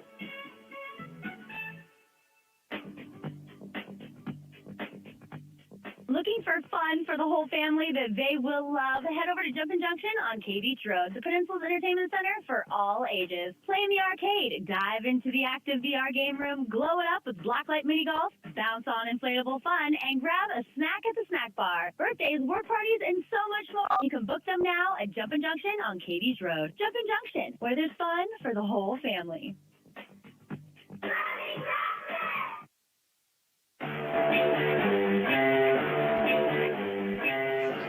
Game 7 of a 9-game road stretch here in the Anchorage area. Dylan Simmons alongside Tucker Blau, and we've reached the bottom half of the 7th inning between your Peninsula Oilers and the Anchorage Bucs. On the Three Bears Alaska scoreboard, it is Oilers 7, Bucs 6. 10 hits for the Oilers so far, 6 for Anchorage, and we've got a very fascinating game going into this bottom frame of the 7th inning as Hank Smith, Ty Denton, and Ryan Dara come to the plate against the stout Killian DeMeo. Absolutely. Talk about a back-and-forth game. As this inning progresses, I'll give you how this game has developed into what it is now. Lefty batter to start. DeMeo just delivers high for ball 1. Smith has reached on a walk and an RBI single today. Scoring got started in the top of the first inning when Shane Cannon, after reaching via a walk, scored from third on a passed ball that sneaked by Perez. 1-0 pitch, inside for ball 2 from DeMeo. Followed a few batters later by a 2 RBI double, a beautiful stroke in the left center gap off the bat of Owen Musil. That put the game at 3-0, the Oilers with an early 3-0 lead. 2-0 pitch. Here's a high drive deep to center field. McCormick is back, and he makes the catch for out 1. Then in the bottom of the second inning, the bottom of the first inning, the Bucs came back with a response. A 2 RBI single off the bat of Denton lowered their deficit to 1. They were then Oilers only leading by 1, 3-2. In the bottom of the third inning, we were scoreless till then, both starting pitchers starting to kind of get it together. The Bucs responded with 4 runs, just consecutive. They ended up batting 10 hitters in the inning. And a breaking ball from DeMeo catches the outside corner for a strike. And appreciate Tucker giving us that rundown of the scoring so far. Kind of tells the story of a game of heavyweight blows on both sides, both teams matching each other in each respect. Here's a high drive deep to left field. This could be trouble. It is back, and it is gone. A solo home run shot from Ty Denton, who gets his third RBI of the day to tie the game at 7 apiece. Ty Denton is right. That was just an absolute smoke from Denton. We saw him crush one earlier as well. That was foul. This one, he manages to keep it well fair in the left center gap. That one was gone by a solid 15, 20 feet. Well, we've seen a couple of times that Denton has gotten close. He's got incredible power and just smoked that thing over the left center field wall. The Oilers can be glad that there was nobody on base. That'll bring on Ryan Darr to the plate. Yeah, at least if nothing else, there's nobody on base here for the Bucs, so it does take what could have been a bad situation and makes it at least somewhat redeemable. Darra has reached once in this game. Count is at 1-1 as that pitch goes outside for DeMayo, trying to work fast. Bucs are the best home run team in the Alaska Baseball League. They had 5 total entering this game, and they just got number 6. As this pitch is delivered low, count goes to 3-0, and all of a sudden could be a really troublesome back-to-back batters for Killian DeMayo. The Oilers, I believe, sit at 3 home runs, 2, of course, from Hassenclaver in back-to-back games early on in the season, and then one, was it Graw who hit the other one? Yeah. Yeah, they hit those in pretty quick succession of each other as this pitch is delivered for a strike by DeMayo. Good adjustment. That was actually the Bucs' 5th home run of the season, beg your pardon. Count will be at 3-1 here. But still a very good team at getting home runs by ABL standards. This is going to be fouled off by Darra. Count runs full at 3-2. And it's a big home run as well in this situation. Game now tied at 7 after the Oilers scored a very well, a run that they had to fight for. It's almost demoralizing to see the Bucs get it back in just one swing. Payoff pitch. Here's a fly ball to right. Hassenclaver's back, makes the catch for out 2. 3 fly balls here in this 7th inning. 1 out of the park, the other 2 caught by McCormick and Hassenclaver respectively. It'll bring Finn Leach to the plate, the number 7 man in the order. Oilers just wanting to get this last out and get out of the inning, get their offense back to the plate. The Oilers have managed to put up 7 runs today, and there's nothing to stop them from adding to that in these last 2 innings. 2 outs here in the bottom of the 7th. DeMayo watches this one get popped foul by Leach to the left side. Count at 0-1. And again, just when you think one team can establish a little bit more momentum, the other responds with their own counterpunch. It's been that kind of game today. Been very entertaining over these last few innings. 0-1 coming up from DeMayo. Breaking ball misses outside and high for ball 1. 1-1 pitch coming up to Finn Leach. Always stout. Added an RBI, his 11th of the season back in the 3rd inning. 1-1 on the way here, and it's delivered low for ball 2. Sits 1 behind Hassenclaver, who's now got 2 more to add. Or just 1 more to add, I should say, from today's game. 2-1 coming up. DeMayo just got the late strike call. Count goes to 2-2. Fit it toward the inside corner of the plate on a wild breaking ball against Leach. 2-2 coming up. Can DeMayo finish the job and take us to the top of the 8th? Here's a ground ball past the diving Jack Holubowski at 3rd. It's going to be a 2-out single for Finn Leach, who's on for the 3rd time today. Yeah, that was just a smoker through the left side. I thought Holubowski might have a chance to go full extension and grab it. Unfortunately, just off the tip of his glove, and single for Leach. Lucas Perez comes to the plate. Doesn't have a hit yet, but has reached twice on a walk and hit by a pitch. 0 for 1 is his stat line. And trying to get on base here for the Bucs. Leading run is aboard for Anchorage. DeMayo trying to get out of this bottom of the 7th in a hurry. Here's another towering slam to the left side. Will it stay in the park? Thankfully, it will, and the catch is made by Musil in the deepest part of left field for that final out. That was a little too close for comfort, but the score will remain 7-7 between the Oilers and the Bucs. Home run shot from Ty Denton ties the game up. We're on to the top half of the 8th inning at 7 runs apiece right here on ESPN. Ready to spice up your day? Playa Azul Mexican Restaurant in Kenai is serving up bold, authentic Mexican food made with love and packed with flavor. New to town or just passing through, this is your must-stop spot for amazing variety, unbeatable prices, and all your favorites. Enjoy the free salsa bar and kick back with cold beer or a glass of wine. Located just past the last traffic light in Kenai, headed north, Playa Azul is where the fiesta never ends. Come hungry, leave happy. Playa Azul Mexican Restaurant.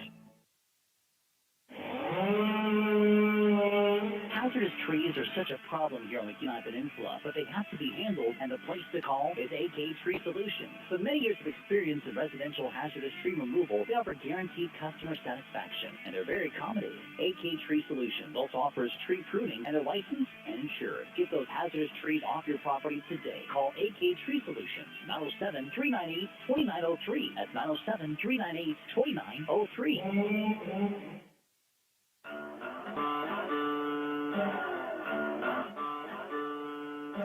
Welcome back. This is Oilers Baseball on ESPN. Dylan Simmons alongside Tucker Blau, and we've made it to the top half of the 8th inning, and things are getting interesting between the Oilers and the Bucs. There's a new pitcher on the mound, and it looks to be number 9, Dylan Nieto, out of Mission Viejo, California, and Cal State Fullerton. The right-handed pitcher is going to try to take on this Oilers lineup right here. Colavecchio leaves the game. 3.2 innings pitched, was actually more than the starter Humphreys managed to make it. He allowed 5 hits, only 1 run over those 3.2 innings, and walked 2 and struck out 1. Top part of the order is up for the Peninsula Oilers, brought to you by State Farm agent Christy Babcock. Protect yourself and your assets by putting Christy and her team at the top of your lineup as well. Shane Cannon, Brooks Hossenclaver, and Luke Lusky, 1, 2, 3, due up in the order. 19 combined hits, 14 combined runs between these two teams in a wild contest here at Mulcahy Stadium, but still got to decide this one late. Oilers have been money in crunch time before. And Cannon will try to contend with this first pitch from Nieto. Cannon check swing. It's called for a strike anyway. Counted 0-1. Cannon's had a little rough the last 2 at-bats. Struck out swinging twice. He started off the game with a big walk, ended up scoring as leadoff walks usually do. Looking to bounce back from those couple of Ks. This is Nieto's 3rd appearance of the season so far. Has an 0-1 record with 4 2/3 pitched. But he's firing in a strike here to bring the count to 0-2. 2 total strikeouts for Nieto. And his 2 appearances this season were against the Oilers back on June 16th, where he went 2 innings, and against the Matsu Miners on June 22nd with 2 2/3. And called strike 3 here on Cannon. What a start for Nieto. Looking incredible out of the box. Yeah, another strikeout, unfortunately, for Shane Cannon. And, he's a good hitter. You'll see him bounce back, just going through a little bit of a short slump here in this game. That brings up Brooks Hossenclaver. Yeah, Brooks Hossenclaver will come to the plate. He's had a tremendous day today. 2 for 3. With an RBI double back in the 4th. He's also reached on a walk in the 6th.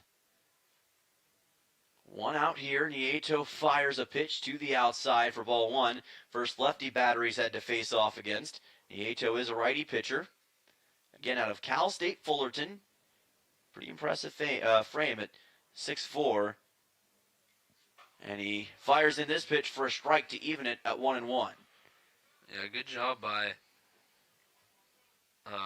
Nieto so far this appearance, just to stay in the zone. Struck out Shane Cannon on 3 straight pitches, and now gets back after that first pitch ball to Hossenclaver. Oilers also have some action in the bullpen right now as Hossenclaver just fouls it off to bring the count to 1-2.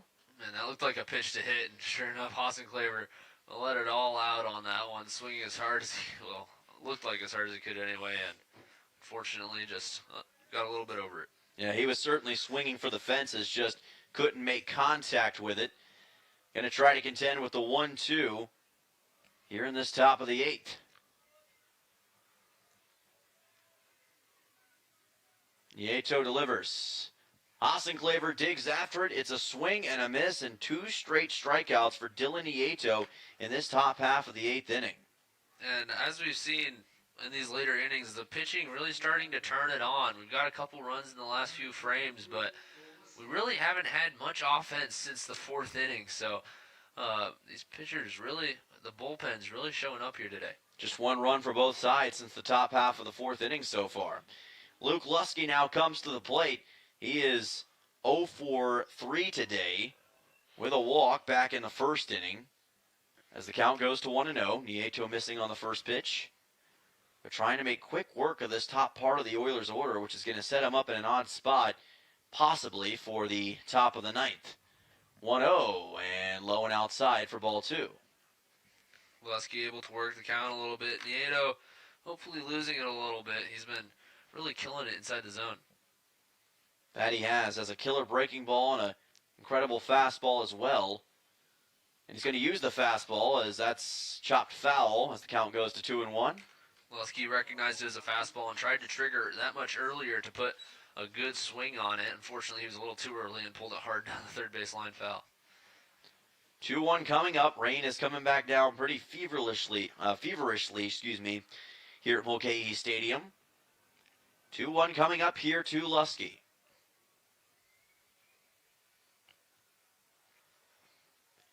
Nieto delivers, and Lusky will pop it up on the right side. Hank Smith camps underneath it and makes the catch for out number 3. Oilers get 1-2-3 by the new pitcher Dylan Nieto, and the Bucs keep the game tied at 7 runs apiece. We'll be back for the bottom of the 8th in just a moment, and we'll see what Killian DeMayo and the Oilers defense can do when we return on ESPN. World Cup soccer is here, and Martha's Cocina on Willow Street in Kenai is your game day headquarters. Catch every match on their mini TVs while enjoying authentic Mexican favorites, ice-cold Mexican beers, local brews, and the Peninsula's best margaritas from the full bar. Bring the family, bring your soccer crew, and make every match a celebration. Need catering for your next event? Just ask. Martha's Cocina next to Kenai Cinemas and Acapulco Mexican Restaurant in Soldada.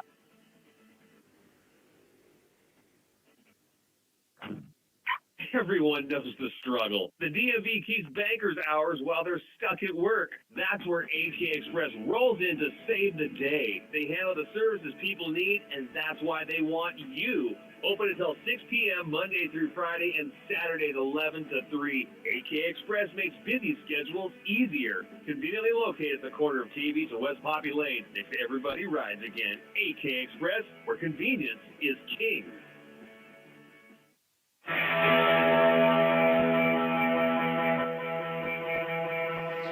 Welcome back here on ESPN for Oilers baseball. We've reached the bottom half of the 8th inning, and on the Three Bears Alaska scoreboard, it is 7 runs for the Oilers and 7 runs for the Anchorage Bucs. 10 hits for the Oilers, 9 for the Bucs so far. Fantastic game going into the bottom of the 8th, and Killian DeMayo will remain on the mound. He'll face off against the number 9, 1, and 2 batters in the order for the Bucs.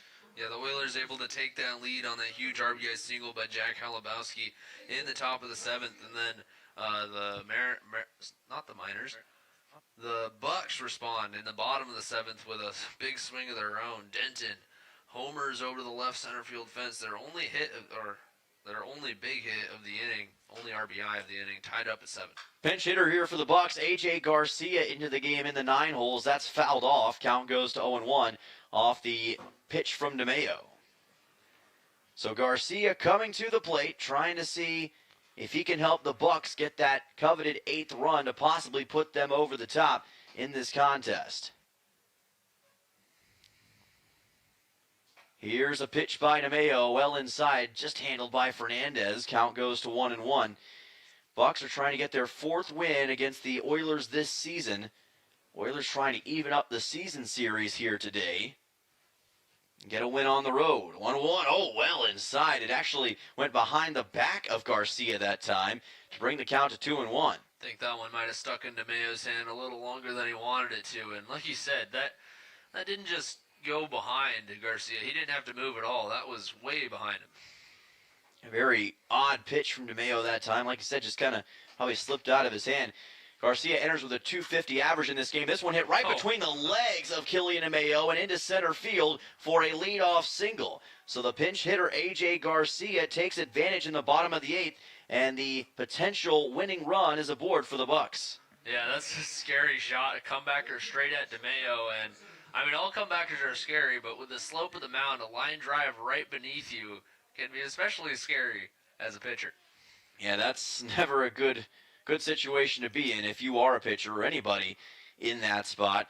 That'll bring us back to the top of the order to Camden Lanphier, who doesn't have a hit, or hasn't gotten a hit, I should say, since the first inning, but still has that incredible power and ability deep inside. DeMayo's got to try to find a way to get an out on him, as that's a foul ball, counted 0-1. Bucs now with 10 total hits to match the Oilers' hit output in this contest, 20 combined between the two teams. Just a shootout so far here at Mulcahy. 0-1 from DeMayo. Bunt from Lanphier. Did it make contact with him? It looks like that is going to be a hit by pitch, it looks like. It hit Lanphier as he was trying to lay down the bunt, and that's one that you could argue shouldn't be called a hit by pitch. You could say he didn't pull back, but the home plate umpire did appeal to the first base umpire, and the umpire said he did pull back in time. So unfortunate for the Oilers, but now you got to work around runners on first and second with nobody out. Yeah, Dave Dawson coming out to have a conversation with the home plate umpire. I don't think he agreed with the call either. Again, it's very rare that you see a situation like that where it ends up being a hit by pitch. I wonder if he thought that it maybe went off the handle for Lanphier that time and hit him, but either way, in that situation, he's going to be placed at first base, and 2 runners aboard now for the Bucs, getting a little more treacherous for DeMayo here as Andrew Raymond comes to the plate. And it looks like Coach Dawson is probably going to make a pitching change here, taking Killian DeMayo out. So we'll see who the new pitcher is for the Oilers in just a moment. Bottom half of the 8th inning, game tied at 7 runs apiece. Oilers trying to hang on and bring this thing to the top of the 9th, still tied up. Back in just a moment here on ESPN with more Oilers baseball. Looking for a solid job with great pay and room to grow? Dam Construction and Roofing is hiring roofers and general laborers across the Kenai Peninsula. They offer competitive pay based on experience, overtime opportunities. Going to the top of the 9th? No, we're just on a pitching change right now. But going into the top of the 9th after this. Yeah. Pitching change. Yes, pitching Kenai change. Peninsula's fastest growing roofing companies. Call 907-262-3996 today or visit dambuilt.com. Dam Construction and Roofing, building careers one roof at a time. When trying to find a dentist, it can be challenging, and Ridgeway Family Dentistry knows this. Ridgeway is a new state-of-the-art facility offering you pain-free dentistry and is family-friendly. Even if you don't have time to have multiple appointments, Ridgeway Family Dentistry can complete all your treatment in one easy visit. At Ridgeway Family Dentistry, they know how important it is to have a smile and know how that can change your life. For your next dental appointment, call Ridgeway Family Dentistry at 262-8404.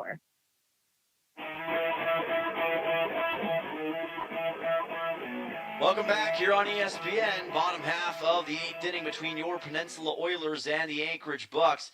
Bucs with 2 runners on base and a new pitcher on the mound for the Oilers from the University of Arkansas Little Rock. It's the freshman Russ Martin who takes the bump here for the Oilers as DeMayo's day comes to an end after 4 2/3 innings pitched and 4 total strikeouts against the Bucs. Absolutely, and Killian DeMayo, great outing. He's only allowed 1 run, like you said, but both those runs are inherited, left on base by him, so leaves Martin with a bit of a tough situation to come into. And as we've seen before, Oilers have not done well with inherited runners on base. Hopefully Martin can turn that around here. Yeah, we saw the struggle that Killian DeMayo had early on in his appearance, but still a very solid outing for him. Ends up with 66 total pitches in this game, so did pretty solid in his total output. But now we'll have to see if Russ Martin can keep things under control as he will get ready to face off with Andrew Raymond. It is Camden Lanphier who's at first, and AJ Garcia who is at second after reaching on a single and hit by pitch respectively. So Raymond at the plate. Martin's last appearance was an inning and 2/3 against the Miners on June 26th, which was just a few days ago. He did give up a hit and an earned run in that contest. trying to limit the damage here for the Bucs and perhaps get out of here with this thing still tied at 7. Here's a bunt laid down by Raymond. Martin picks it up, throws to first, got it there in time, or did he? Yes, he just did, to Luke Skinner, who was covering first base, and he almost stepped off the bag trying to keep that ball in his glove. Yeah, that was a great play by a guy who's not typically a first baseman, covering first base from the second base position. Managed to stretch and make the grab on a bit of a haphazard throw out of the hand of Martin. So Oilers, while the runners do advance, right now they're just thanking their stars that they got one out on that play. Yeah, fortuitous for the Oilers, to say the least. Good job by Skinner on the receiving end of that throw from Martin. Taylor Tracy comes to the plate, and the future TCU Horned Frog does have a single in this contest, but has been hitless since. Martin delivers, and a fastball is low for ball number 1.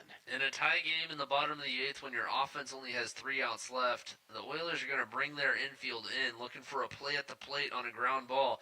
If that runner scores from third, that puts them in a really, really tough situation to win this game. 1-0 pitch coming up from Martin with 1 out.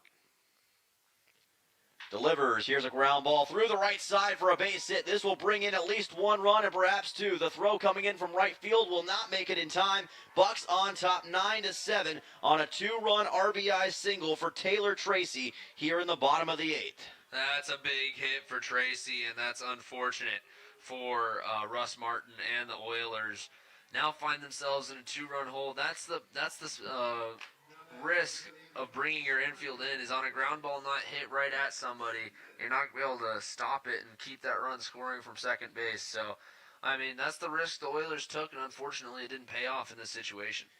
Hank Smith will come to the plate, and all of a sudden the path to victory just got a lot narrower for the Oilers here, as that's a swing and a miss for Hank Smith. And again, with this upper part of the order being active against Russ Martin right now, it's not a great way to start, and he gets 1 out, but then quickly gives up the 2-run single to Tracy. Now Smith looking to add to it, as this pitch is high and outside for Martin as the count evens at 1-1. Bucs offense has been on fire in this game, and again, that RBI single hit perfectly in the 4-3 hole on a ground ball by Tracy. Emblematic of the production they've had all day. 1-1 pitch. Delivered low here. Ball 2 from Martin. Bucs trying to get to 500 with a victory today. It would put them at 7-7 so far on the season. Of course, this does not put the Oilers out of hope. We've seen them come alive in the 9th inning multiple times already this road trip. And that'll be ball 3 from Martin, placed to the outside. Just can't quite find the zone the way he wants to. Gonna have to try to correct that quickly here. Keeping a close eye at first. 3-1 pitch coming up. Martin delivers, fires, check swing. Did he go around? They're going to say that he did. Yes, strike 2. Count runs full, 3-2. And that's a tough call. The normal thing to do in a check swing is to appeal to the third base umpire, right? But in this situation with a runner on first, that third base umpire is playing in the middle of the field, so he has not too much of a better view of the swing than the home plate umpire does, and that's just the way that baseball works, and unfortunate for the hitter, Smith. He didn't get the call, but the Oilers will certainly take. Payoff pitch coming up. Martin and the Oilers in desperate need of a strikeout. Martin delivers. Here's a fly ball towards left field. It'll be fouled off by Hank Smith. Keeps the count at 3-2.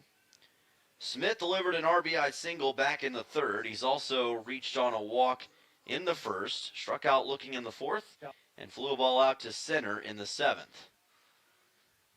Going to try to deal another 3-2 for an RBI right here. Payoff pitch from Martin. Fastball. Again, foul toward the left side. Count stays full here. And as Tucker mentioned, still very much hope for the Oilers in the top of the 9th, but you don't want this to swell any more than 2 runs if you can help it here. I remember 2 times in particular, I think it was the first 2 games, or the 2 games against the Matsu Miners on this road trip. They both scored 3 runs in the top of the 9th inning in both games, so certainly within the capabilities of this Oilers offense. And that pitch is delivered low by Martin for ball 4. Runners at first and second here for the Anchorage Bucs. And still with just one out, going to be a little more treacherous now as Ty Denton, who last time up delivered a solo home run to tie the game up for the Bucs, is now at the plate. It was fortunate for the Oilers that when he hit that home run, there was nobody on base. This would not be a good time for a repeat offender in Denton. Martin delivers a fastball, popped up and fouled by Denton. Count goes to 0-1. And again, right now for the Oilers, it's all about trying to find a way to mitigate the damage and quickly.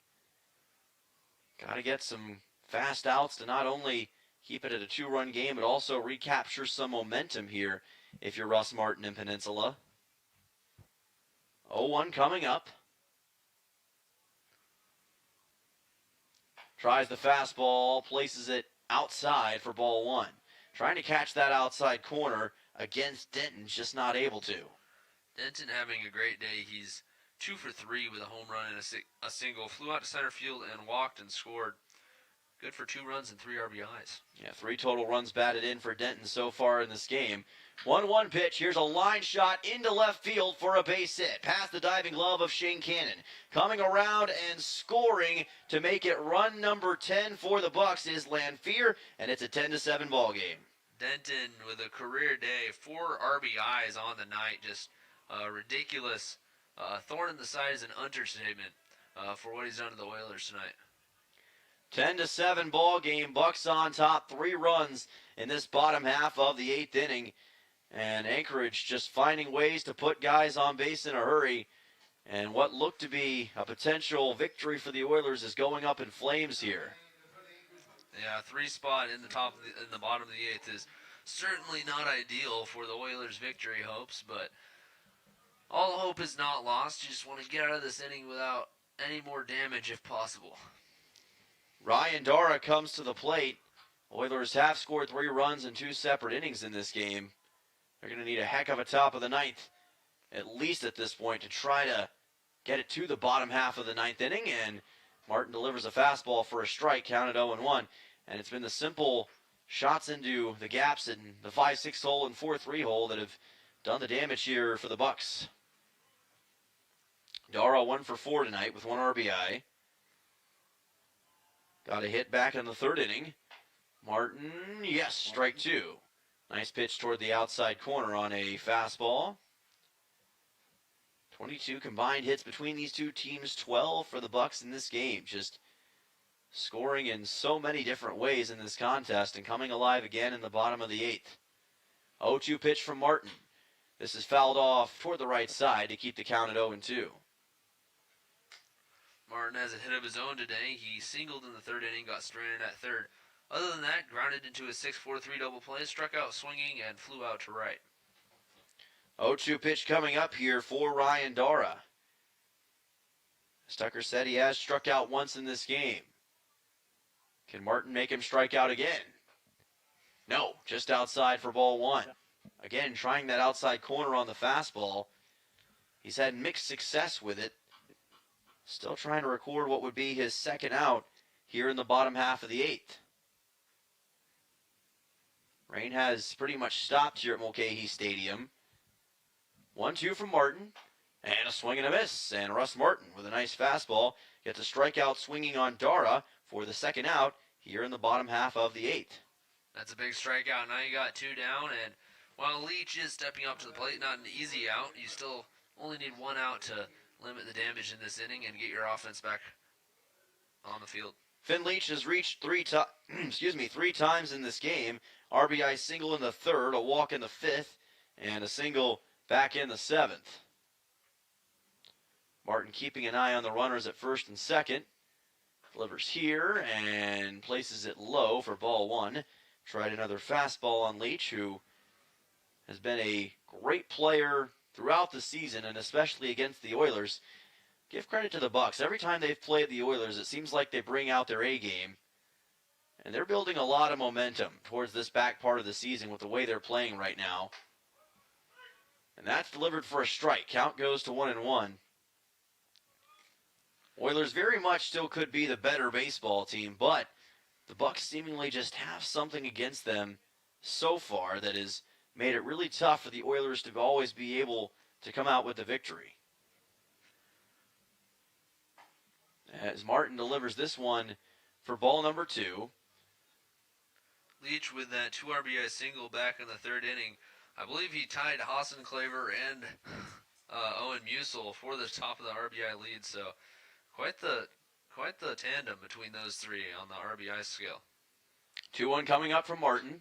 This ball fouled on the ground with the left side. Count will even at 2-2. Bucs have won 4 of their last 5 games, so already on a pretty good streak coming into today's matchup.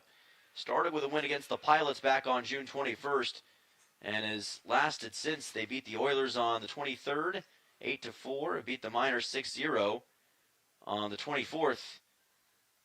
And now the Bucs trying to see if they can get the win against the Oilers here.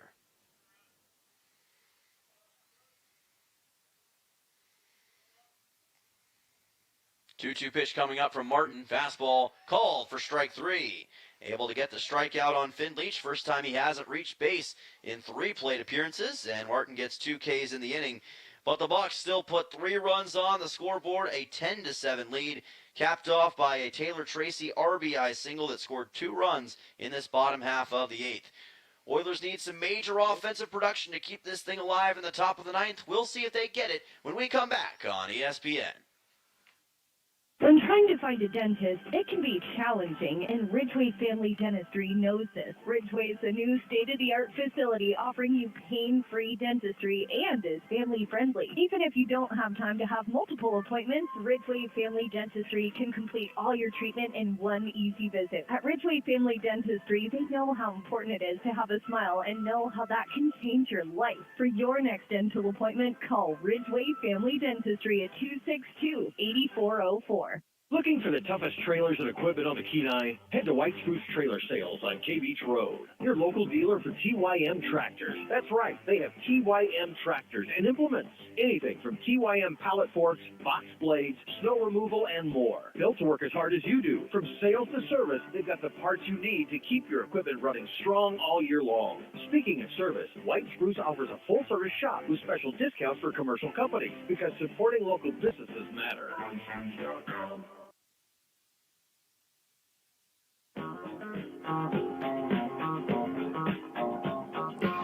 Welcome back on ESPN. We've reached the top half of the 9th inning between the Peninsula Oilers and the Anchorage Bucs. And on the Three Bears Alaska scoreboard, it is Bucs 10, Oilers 7. A total 22 combined hits between the two squads. 12 for the Bucs, 10 for the Oilers. And 3 outs away from victory are the Bucs with a new pitcher on the mound, Andrew Haberman, coming in for Dylan Nieto. Yeah, you say in a 7-10 ball game with 22 combined hits that they've probably been capitalizing on the opportunities better today, but contrary to that, the Oilers have still somehow managed to leave 8 runners on base throughout this outing, so they still can tighten up on that a little bit and knock those runners in. Carson McCormick coming to the plate. 4, 5, and 6 due up in the order for the Oilers. McCormick, Musil, and Reed Oakley, barring any pinch hitters here. And again, Andrew Haberman is on the bump, making his 6th appearance of the season. Each and every one of his appearances so far has been just 1 inning, but he does well in these 1-inning situations. Oilers need to score at least 3 runs in this top of the 9th to get this game to the bottom of the 9th. And this pitch is well outside from Haberman for ball 1.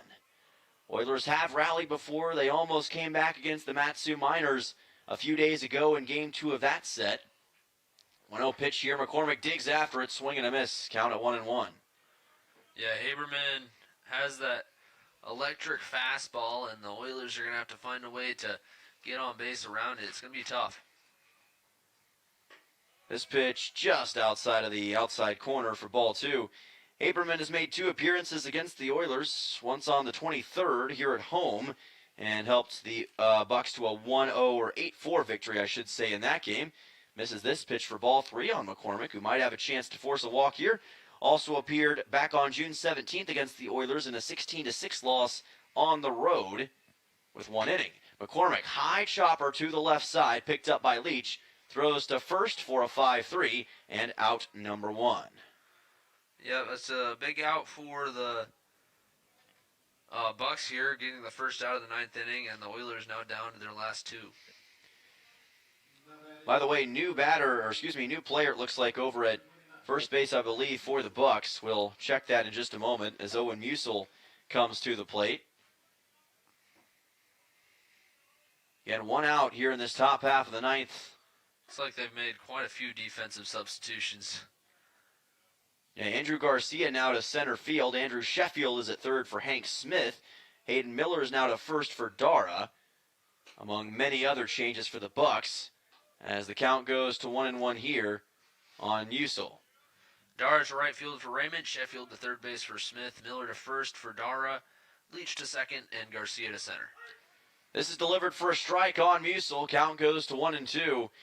Either way, at this point in time, all the Bucs care about is trying to put the Oilers away.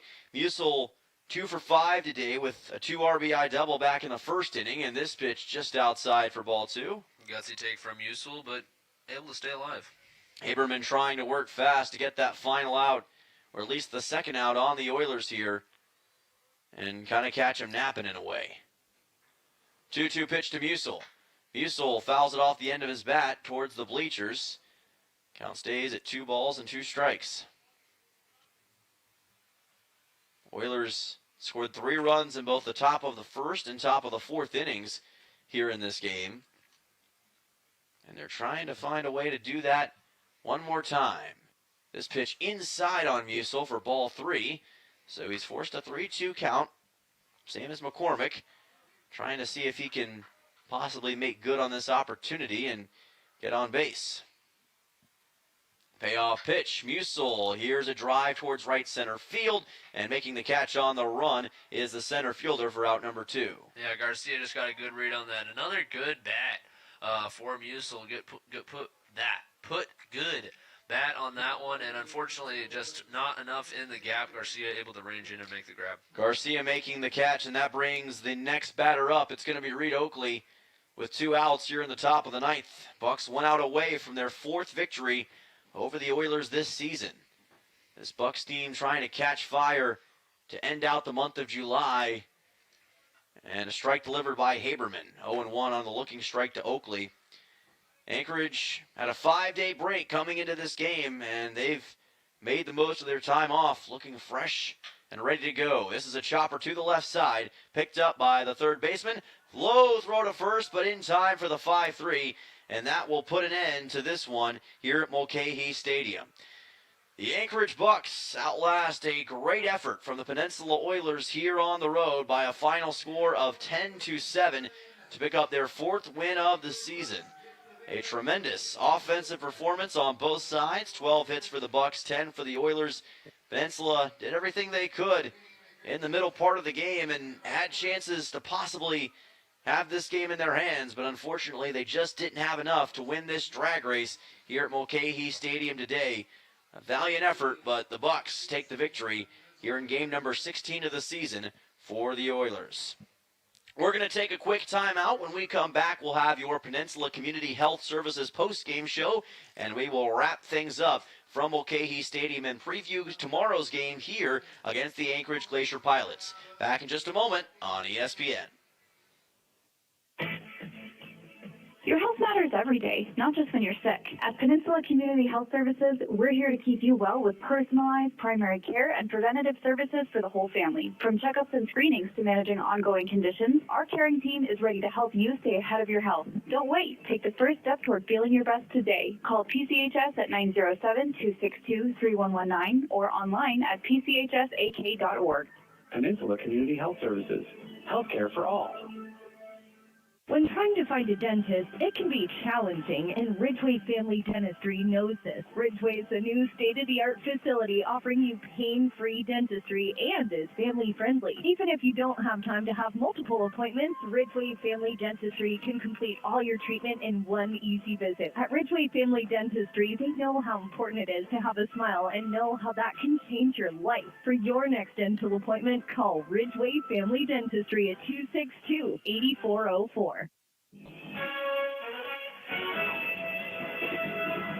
And now it's time for the post-game show on ESPN 1140 and 96.9. Brought to you by Peninsula Community Health Services and State Farm agent Christy Babcock. With game recaps and on-field interviews, let's return to the field on ESPN. Welcome back here on ESPN, and your final from Mulcahy Stadium, 10-7, the Bucs over your Peninsula Oilers. This is the Oilers postgame show presented by Peninsula Community Health Services. PCHS supports your health, offering medical, dental, eye care, and behavioral health services. Visit them online at pchsak.org, that's in all caps, or call and schedule an appointment today at 907-262-3119. Again, that's 907-262-3119. Oilers put up a great effort throughout this contest, but came up just a little bit short of an incredible offensive performance from the Anchorage Bucs. 12 total hits for the Bucs in this contest, 10 for the Oilers, 10 runs for the Bucs to just 7 for the Oilers, though, makes the difference here late. Taking a look at some of our post-game stats, some great performances all around, of course, on the offensive side for the Oilers. Luke Skinner, a great performance. He ended up with 2 RBIs and 2 total hits in the game. Owen Musil had a great game with 2 hits and 2 RBIs as well, including that early RBI double for the Oilers. And Brooks Hossenclaver gets a couple hits and an RBI as well in this game. And I also want to shout out Killian Nemeo. Great performance out of the bullpen, goes 4 2/3 innings in this contest and helped keep the Bucs at bay for quite a while. Absolutely, and I'd like to see the production from the bottom of this Oilers order. Mostly it's been the top of the lineup carrying for most of the year, but look at this. Combined, the bottom 5 in the order got 2, 3, 4, 5, 6, 7, 8 hits with 4 runs and 5 RBIs. I mean, terrific from the bottom, and once we get the top and the bottom clicking together, then we get games like these where you put up 7 runs, and usually that's enough for the win. Unfortunately, not tonight. Yeah, this is one of those rare situations in the Alaska Baseball League where both teams were firing on all cylinders offensively, and that's the situation that you sometimes find yourselves in. This is a game that just got away from the Oilers, but it's a game that certainly, looking back on it, things that they'll be able to improve on and use for next time, which they won't have to wait long against the Bucs. They'll play them here Wednesday night to end out this 9-game road stretch, and of course we'll have the game on ESPN. Coming up tomorrow, we will have the game as well as the Oilers take on the Anchorage Glacier Pilots for another matchup here at Mulcahy Stadium. First pitch is at 6 o'clock with your Sweeney's Clothing pregame show coming up at 5:45, so make sure you tune in for that. Any final thoughts from Mulcahy, Tucker?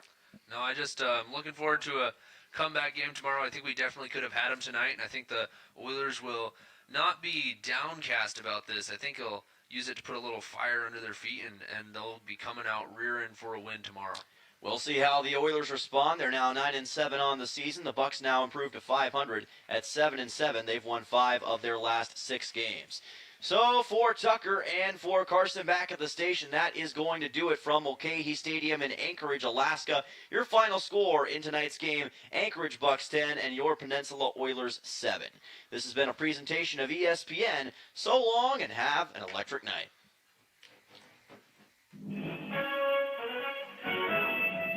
All right, guys. Talk to you tomorrow night.